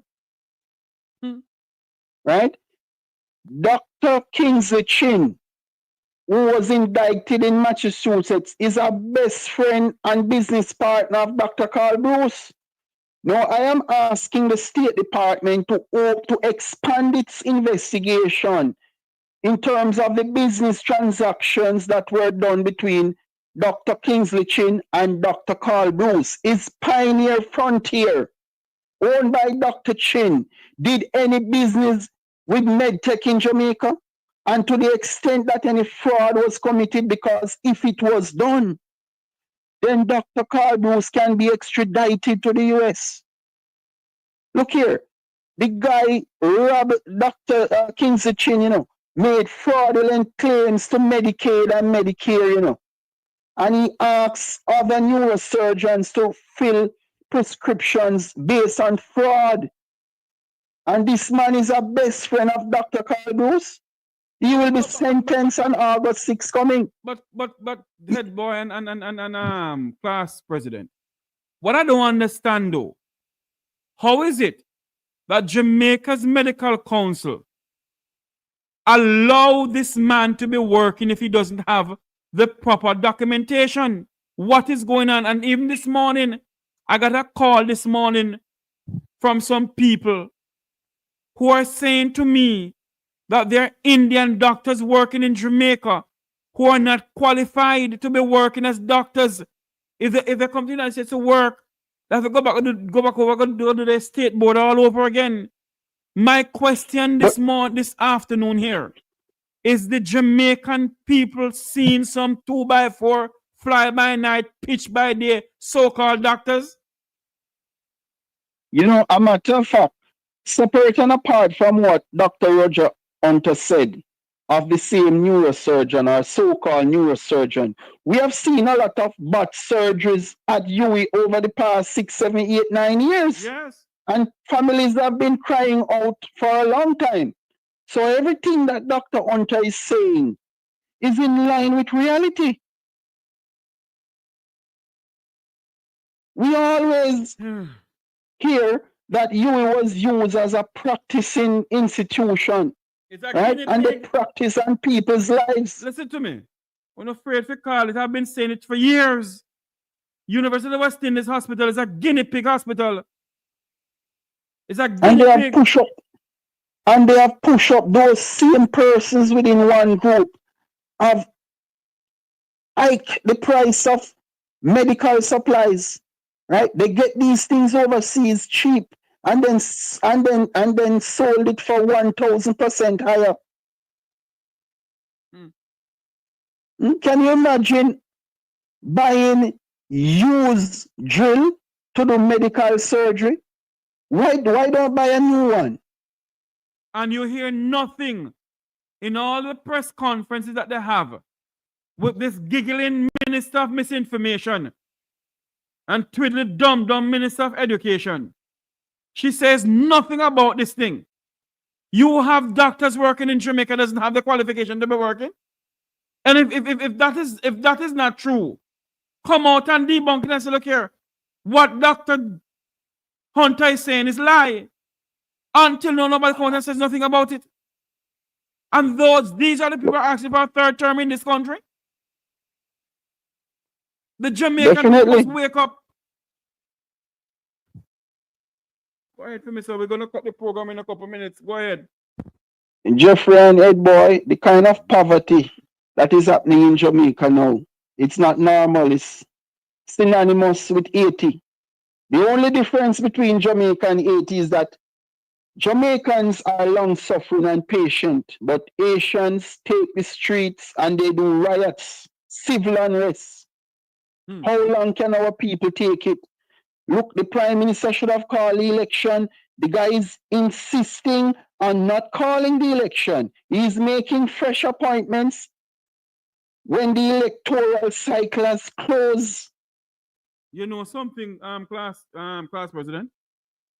The Prime Minister of Jamaica was hoping that the Jamaican people have gone out and clashed with their own Jamaicans, and then he called a public state of emergency. And lock up who to lock up. He's trying to make sure that he repeat history and lock up some PNP people that he want to do. According to them, the PNP lock up some labor rights. The Prime Minister of this country is hoping that there's a civil unrest in Jamaica where he can lock up members of the People's National Party. That's what he wants to do. The guy is not suitable to be on the ballot. The people are calling for the election. The opposition is calling for the election. And the guy is punishing all of us. One man has done so much damage and not even wants to call the election. That's why I'm telling you, Jeffrey, in any other modern democracy, the people have taken to the streets long time. We, the people, wield the power in this country. We, the people, wield the power in this country. On the 2nd of June, 2025, the Jamaican democracy is alive and well, and we must show them again that our democracy is alive and well, and demand that this Prime Minister call the election and step aside. But every other Prime Minister call the election, Jeffrey. Portia Simpson Miller call the election within time. PJ Patterson call the election within time. This is the look here. This election should have been called for certainty. It should have been called from say March. This man, the guy is going into the closing period and provoking the people, provoking the opposition, making life so difficult, punishing us, right? This man, and not calling the election. This man want to have an iron fist on the people of this country. He wants to be a dictator. But the last time I checked, on June 2nd, 2025, the Jamaican democracy is alive and well. And we say no to dictatorial people who want to be the dictators in this country. We will not stand for it. And we, the people, must show him it's full time you step down and call the election. That is why I'm saying that Andrew Holness has dismantled the boys' club. He has dismantled the political elite. This man has to be taken into custody. You know. He has passed every boundary. To the point now where he is ordering the police to kill young men with impunity. Over 142 gone already, and many more to come. The guy is not easing up. He's pressing gas. The more we talk, the more we oppose, the guy is going harder. And Dennis Strong is such a brave man to have drawn the ire of the opposition, knowing that the opposition can gain state power at any time. One thing I can say, class president head boy, the People's National Party better have their eyes open on election day. Have their eyes open on election day. And the people of this country better go out. Noise don't win election. Crowd don't win election. Election day is the day that you know who will be the next party in power. And the people must go out and vote as if your life depends on it. Because if you do not do so, and you allow this dictatorial tendency of a prime minister go back in, then may God help Jamaica. Look at what Andrew Holness has done with NHT. All the young professionals who were working in Kingston and Montego Bay, most of them have to leave to their rural communities and had a one-bedroom to their parents' house to survive.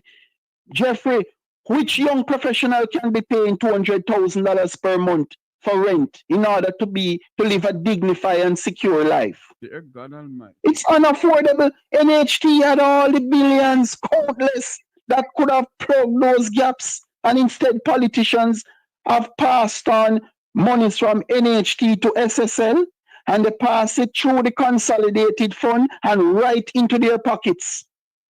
And then you cannot get a mortgage from NHT without going through banks like NCB now. And you know, once you go there and meet up on their bureaucracy, you're not going to go back there. So there's no help for the people. You know something? I'm here thinking, I've been saying it from last night. Is there a plan for somebody of the high up to do something in Jamaica while they're bringing all of these guns? Well, certainly it seems as if it is to maintain power, and create instability. But the people who are being implicated in these gun finds are prominent people attached to the Jamaica Labour Party, at least in recent time. Head, Class President, speak to your Jamaican people in 2 minutes. We got to wrap up. Head boy, speak to your Jamaican people in 2 minutes. Class President, go ahead. Yes, man. I am saying that keep a close eye on First Rock. It's not telling you the truth. They have a similar plan as SSL. Andrew Holness must be prosecuted to the fullest extent. This guy must be sentenced to 3,000 years in prison. We know he can't live so long, but you have to send a message. Look here, man. The depravity that Jamaica has found itself in is solely caused by the action of the Prime Minister. All the recession that is going on now, it's because of criminal activities in the cabinet. It's not coming from anywhere else. We are a good country, we are a good people. We're supposed to make life. We shouldn't be living such a difficult lifestyle. It's too difficult to survive in Jamaica. And it's the same players who are plundering the resources of Jamaica. And Mark Golding should know where to reach and find those resources and to put it back into the economy, right? All right, my friend. Thanks so much for calling in. Okay. Thank you.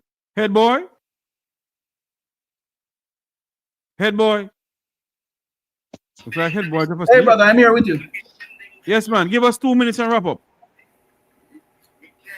Well, all I have to say, Jeffrey, is that if you really look at this, we need to just look at the nexus between First Rock and SSL and how they have really moved a lot of funds out of the government system, particularly this 400 and odd million. And we need to hold them accountable. We need to hold them responsible for it, because it is clear to me that there are big players in First Rock that have close connection and close ties to the government of Jamaica. Thank you. Thank you all very much for coming on. Thank you, head boy. Thank you, class president, for calling in. Thanks very much. May God bless you both.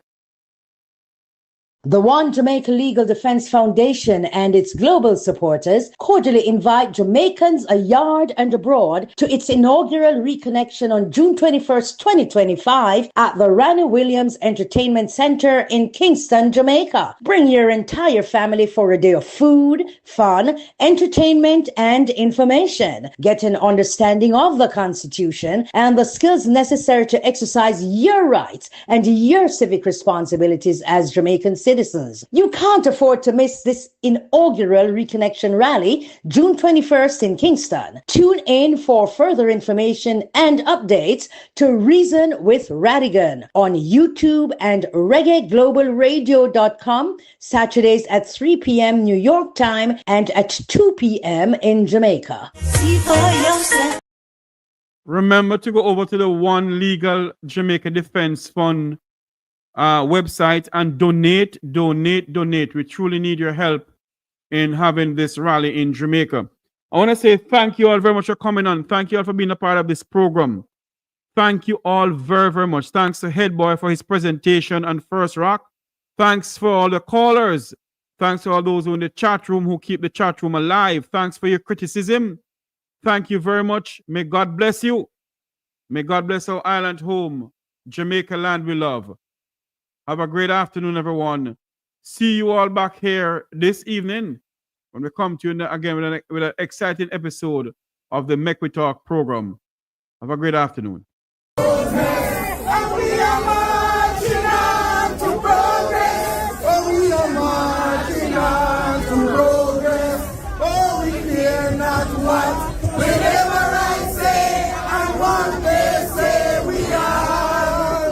We need to fight deliverance and say Jamaica free. We are blood and fire for red.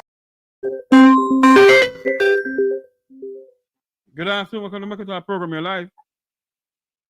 No, I don't want to be live, Zatuvice. I don't want to be live. Okay, no problem. Hold on a minute. Yeah. Hold on. And we are marching on to progress. Oh, we are marching on to progress. Oh, we care not what whenever I say and what they say we are. We need to fight deliverance and say Jamaica free. We are blood and fire for red, and we are marching on to progress. And we are marching on to progress. We are marching on to progress.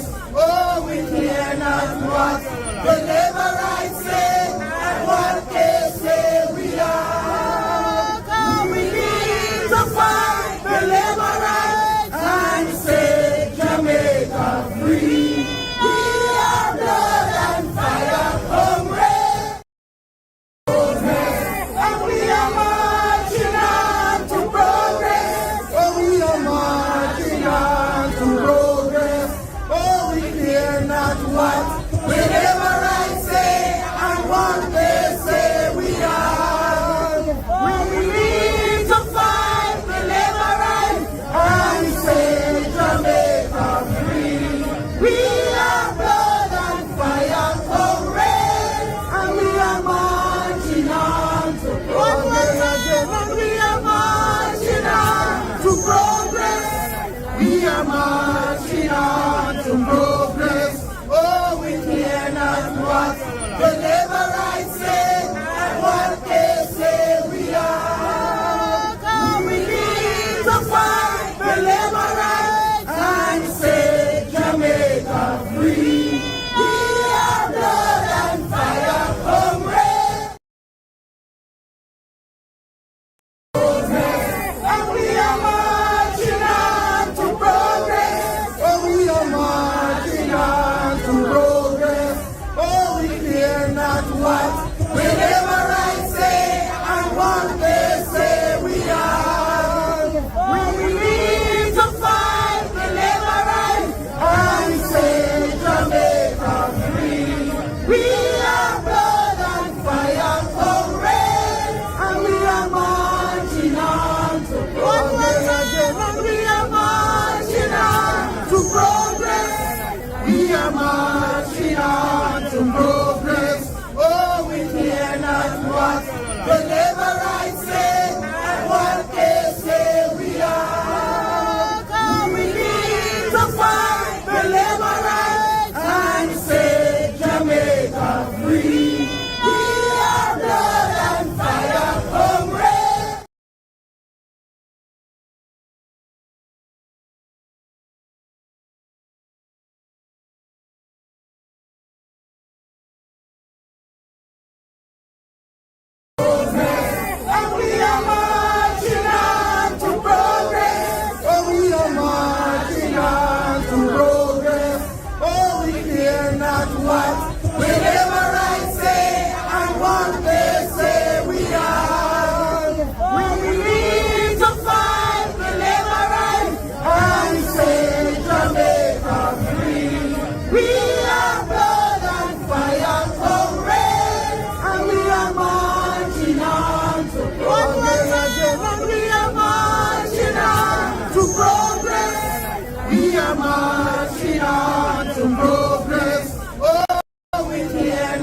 what the labor rights say and what they say we are.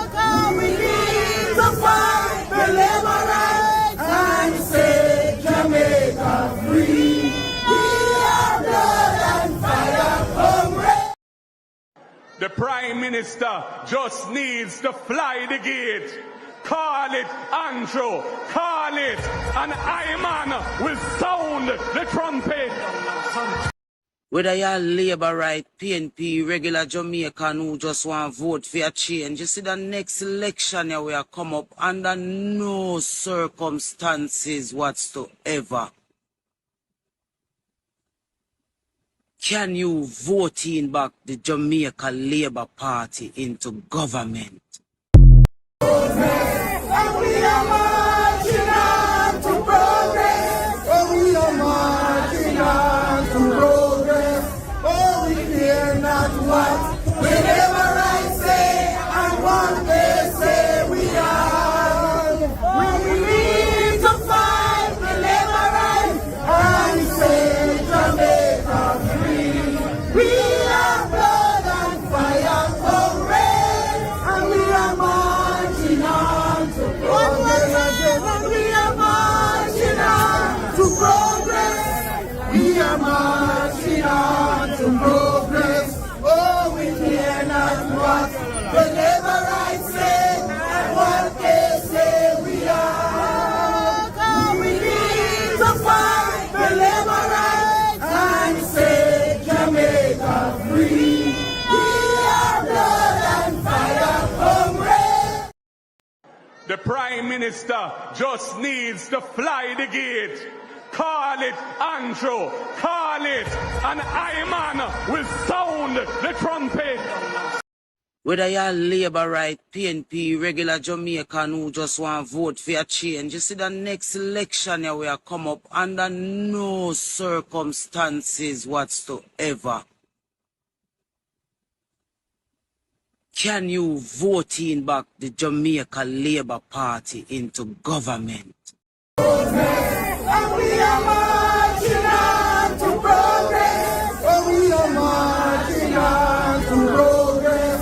Oh, we fear not what the labor rights say and what they say we are. We need to fight the labor rights and set Jamaica free. We are blood and fire, comrades, and we are marching on to progress. And we are marching on to progress. We are marching on to progress. Oh, we fear not what the labor rights say and what they say we are. We need to fight the labor rights and set Jamaica free. We are blood and fire, comrades. The Prime Minister just needs to fly the gate. Call it Andrew, call it, and Iman will sound the trumpet. Ball out! Whoa, yo, yo, yo. We need help, Jesus. Jamaica need help. Shift the parliament. Shift the election. Shift everything. Remove them out there. Take out the cockroach. Take out the thief. Take out the criminal them. Take out the thief them.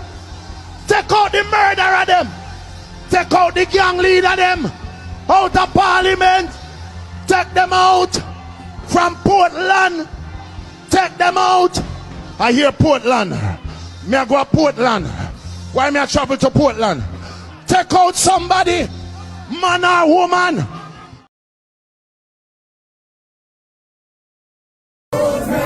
And we are marching on to progress. Oh, we are marching on to progress. Oh, we fear not what the labor rights say and what they say we are. We need to fight the labor rights and set Jamaica free. We are blood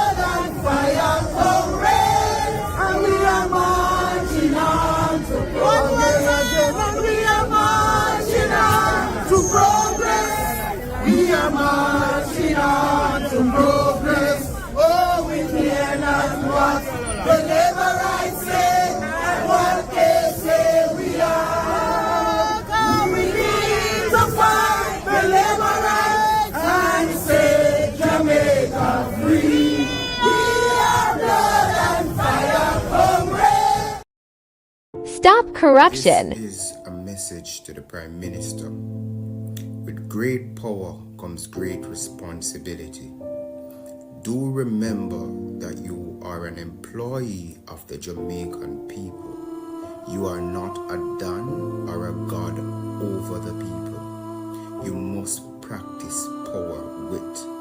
I know that you run a demagogue, but the Jamaican people are aware of their constitutional rights.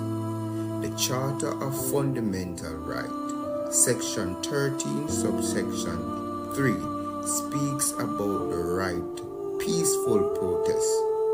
And when the Jamaican people wants to protest, you use fear among the people. Remember, you're talking to the Jamaica Labour Party that boasts a lot of people who are ignorant and are very arrogant. It's not my word, it's their behavior. Listen how they behave on the public scene, whether it be on TikTok, whether it be on YouTube or anywhere. I'm not going to call any name, but that same musician turned political commentator with a lot of lies and with a lot of misinterpretation. He is out here telling people about their mother.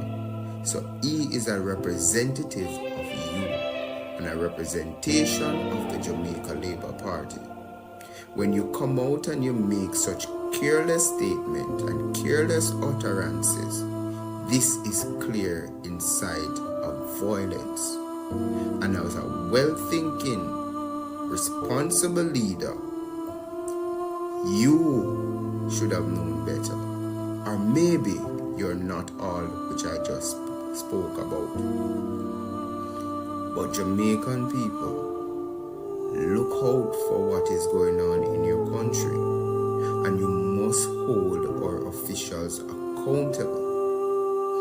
What the People's National Party is going out there and demonstrating, it is something that impacts all Jamaicans. Dennis Chum is a friend of yours. He has came out publicly and defended you when we heard that there is an investigation ongoing about your statutory declaration. There is a conflict of interest. That is nepotism. And the People's National Party have all right to flag that and look at that as a problem. Jamaica, we have a man who feels like he's above the law of the land. How can you govern the people when you don't follow the rules? The One Jamaica Legal Defense Foundation and its global supporters cordially invite Jamaicans abroad and abroad to its inaugural reconnection on June 21st, 2025 at the Ranny Williams Entertainment Center in Kingston, Jamaica. Bring your entire family for a day of food, fun, entertainment, and information. Get an understanding of the Constitution and the skills necessary to exercise your rights and your civic responsibilities as Jamaican citizens. You can't afford to miss this inaugural reconnection rally, June 21st in Kingston. Tune in for further information and updates to Reason with Radigan on YouTube and reggaeglobalradio.com, Saturdays at 3 p.m. New York time and at 2 p.m. in Jamaica. The Prime Minister just needs to fly the gate. Call it Andrew, call it, and Iman will sound the trumpet. Whether you're Labour right, PNP, regular Jamaican who just want to vote for a change, you see the next election here will come up under no circumstances whatsoever can you vote in back the Jamaica Labour Party into government. And we are marching on to progress. Oh, we are marching on to progress. Oh, we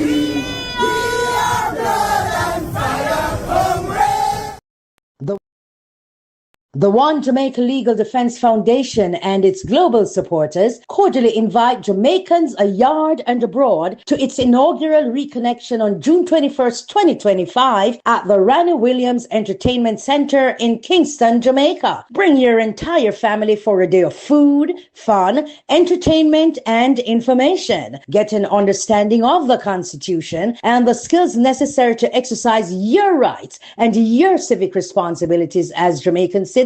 You can't afford to miss this inaugural reconnection rally, June 21st in Kingston. Tune in for further information and updates to Reason with Radigan on YouTube and reggaeglobalradio.com, Saturdays at 3 p.m. New York time and at 2 p.m. in Jamaica. The Prime Minister just needs to fly the gate. Call it Andrew, call it, and Iman will sound the trumpet. And we are marching on to progress. Oh, we are marching on to progress. Oh, we fear not what whenever I say and what they say we are. When we need to fight deliverance and say Jamaica free. We are blood and fire comrades, and we are marching on to progress. And we are marching on to progress. We are marching on to progress. Oh, we care not what the Levirate say and what they say we are. We need to fight the Levirate and say Jamaica free. We are blood and fire comrades. Whether you're Labour right, PNP, regular Jamaican who just want to vote for a change, you see the next election here will come up under no circumstances whatsoever can you vote in back the Jamaica Labour Party into government. And we are marching on to progress. Oh, we are marching on to progress. Oh, we fear not what whenever I say and what they say we are. When we need to fight deliverance and say Jamaica free. We are blood and fire comrades, and we are marching on to progress. And we are marching on to progress. We are marching on to progress. Oh, we care not what the Levirate say and what they say we are. We need to fight the Levirate and say Jamaica free. We are blood and fire comrades. Dear Mr. Prime Minister, it's almost 9 years since you took over the country. Name yourself Brogard while basking in election glory. Little did we know that you would matriculate to becoming Jamaica's first Prime Minister to lead a heist on taxpayers' money. With a whopping 28 bank account, you laugh and skin your teeth while bolt head hang low in this national defeat. I remember when you tell with it Tanawi yard, leaving Jamaicans sitting in limbo. Even before that, you promised me could leave open me door and me window.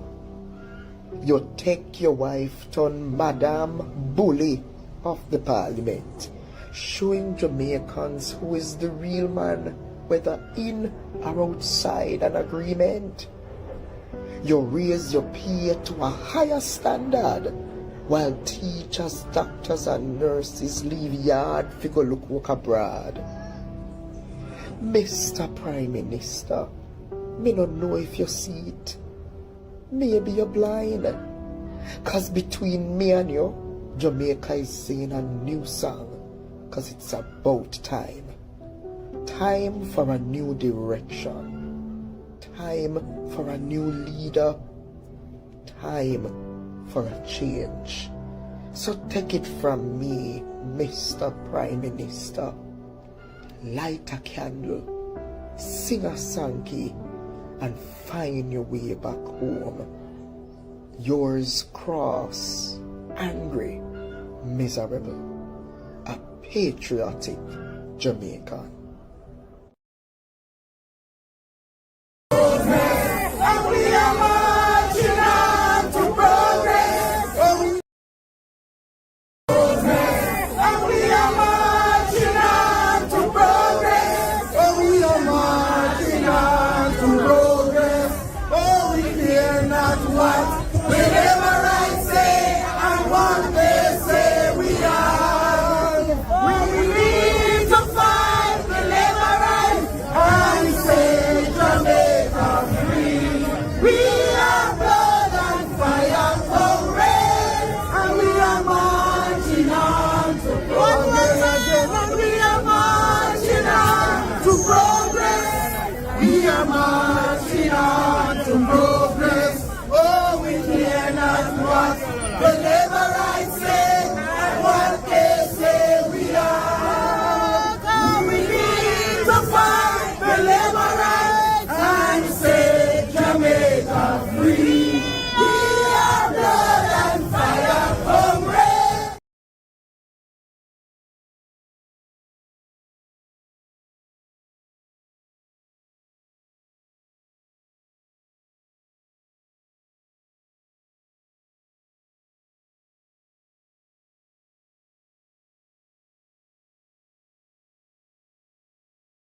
And we are marching on to progress. Oh, we are marching on to progress.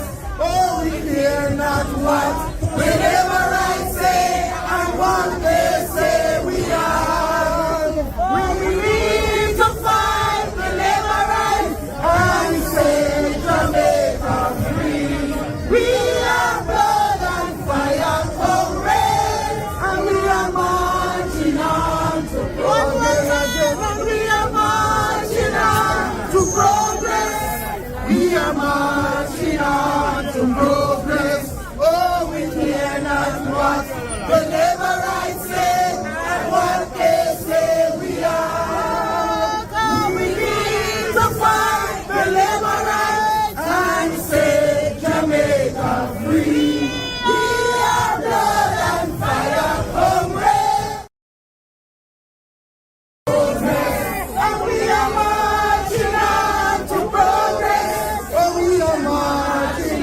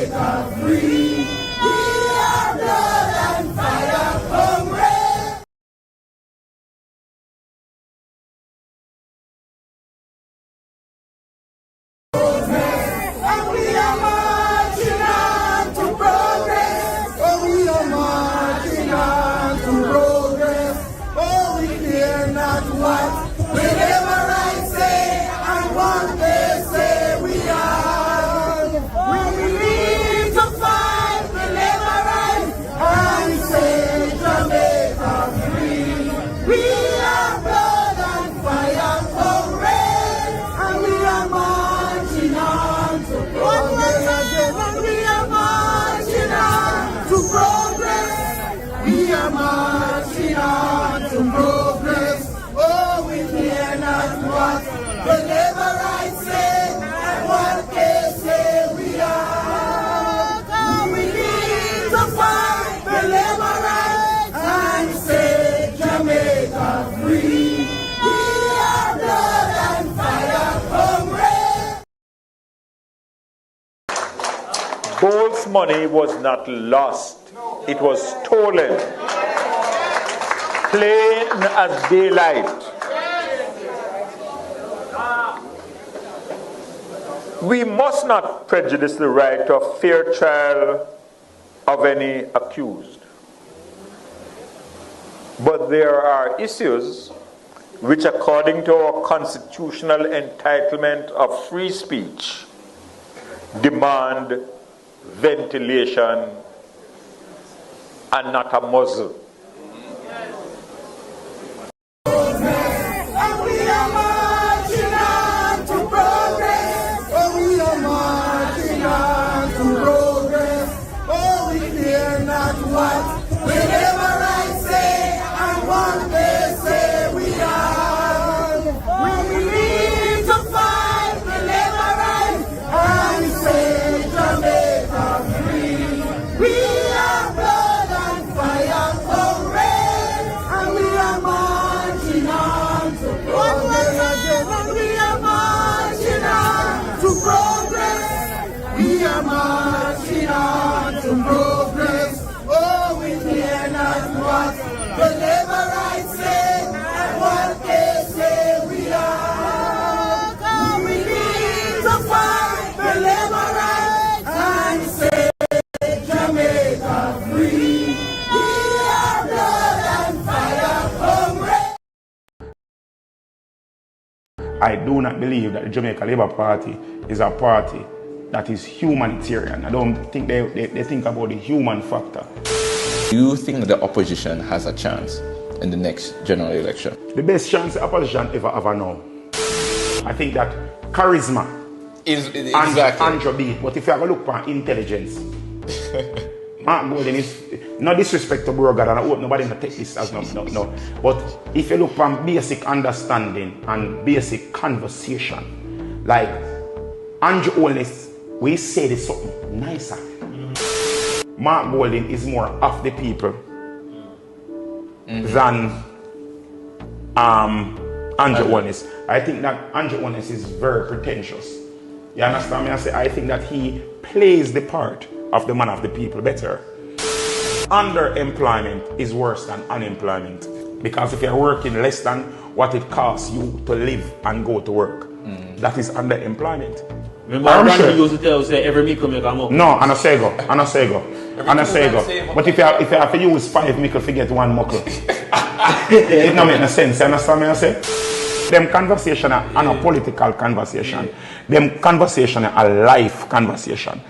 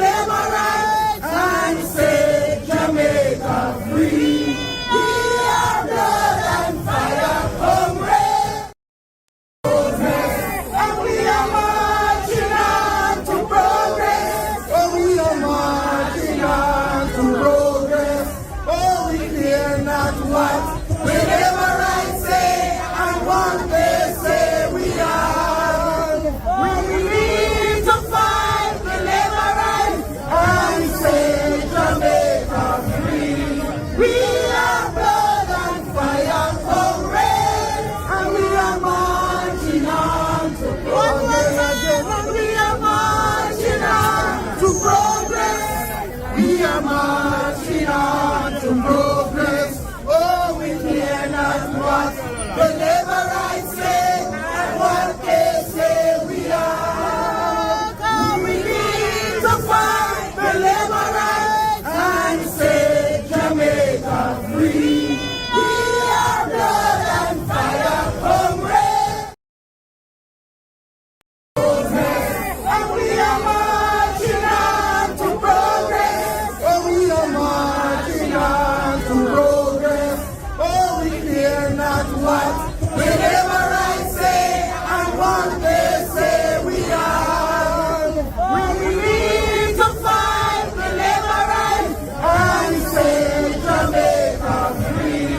We are blood and fire comrades, and we are marching on to progress. And we are marching on to progress. We are marching on to progress. Oh, we hear not what the Levites say, and what they say we are. We need to fight the Levites and set Jamaica free. We are blood and fire comrades.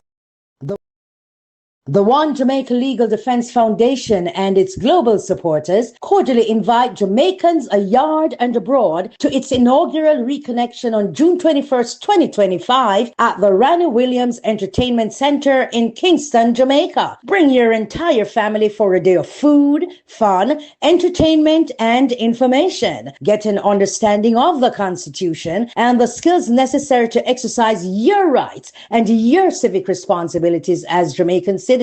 You can't afford to miss this inaugural reconnection rally, June 21st in Kingston. Tune in for further information and updates to Reason with Radigan on YouTube and reggaeglobalradio.com, Saturdays at 3 p.m. New York time and at 2 p.m. in Jamaica.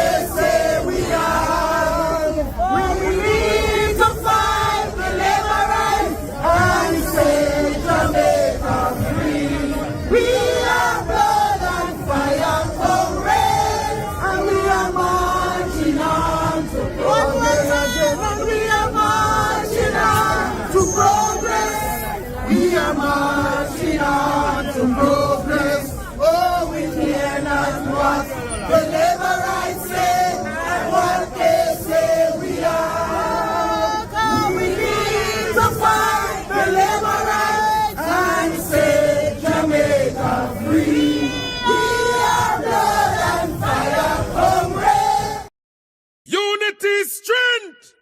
Make we reason. Make we talk. If we see corruption in any shape or form, we're going to highlight it. Make we talk. Jeffrey Tavares represents yard and broad and the entire diaspora.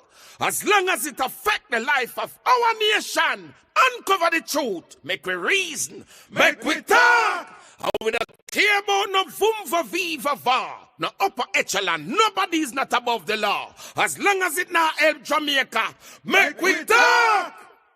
Make we talk. Unity is strength. Make we reason. Make we talk. If we see corruption in any shape or form, we're going to highlight it. Make we talk. Jeffrey Tavares represents yard and broad and the entire diaspora.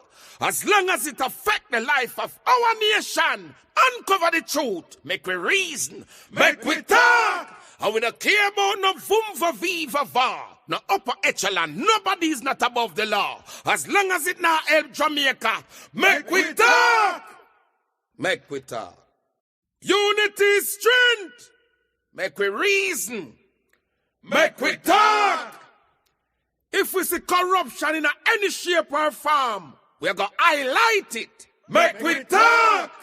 Jeffrey Tavares represent Yard and Broad and the entire diaspora. As long as it affect the life of our nation, uncover the truth, make we reason, make we talk. And we don't care about no vumva viva va, no upper echelon, nobody is not above the law. As long as it not help Jamaica, make we talk. Make we talk. Unity is strength. Make we reason. Make we talk. If we see corruption in any shape or form, we're going to highlight it. Make we talk. Jeffrey Tavares represent Yard and Broad and the entire diaspora.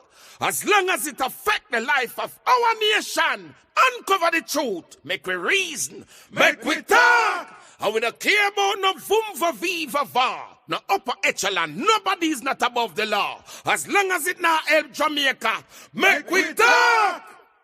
Make we talk.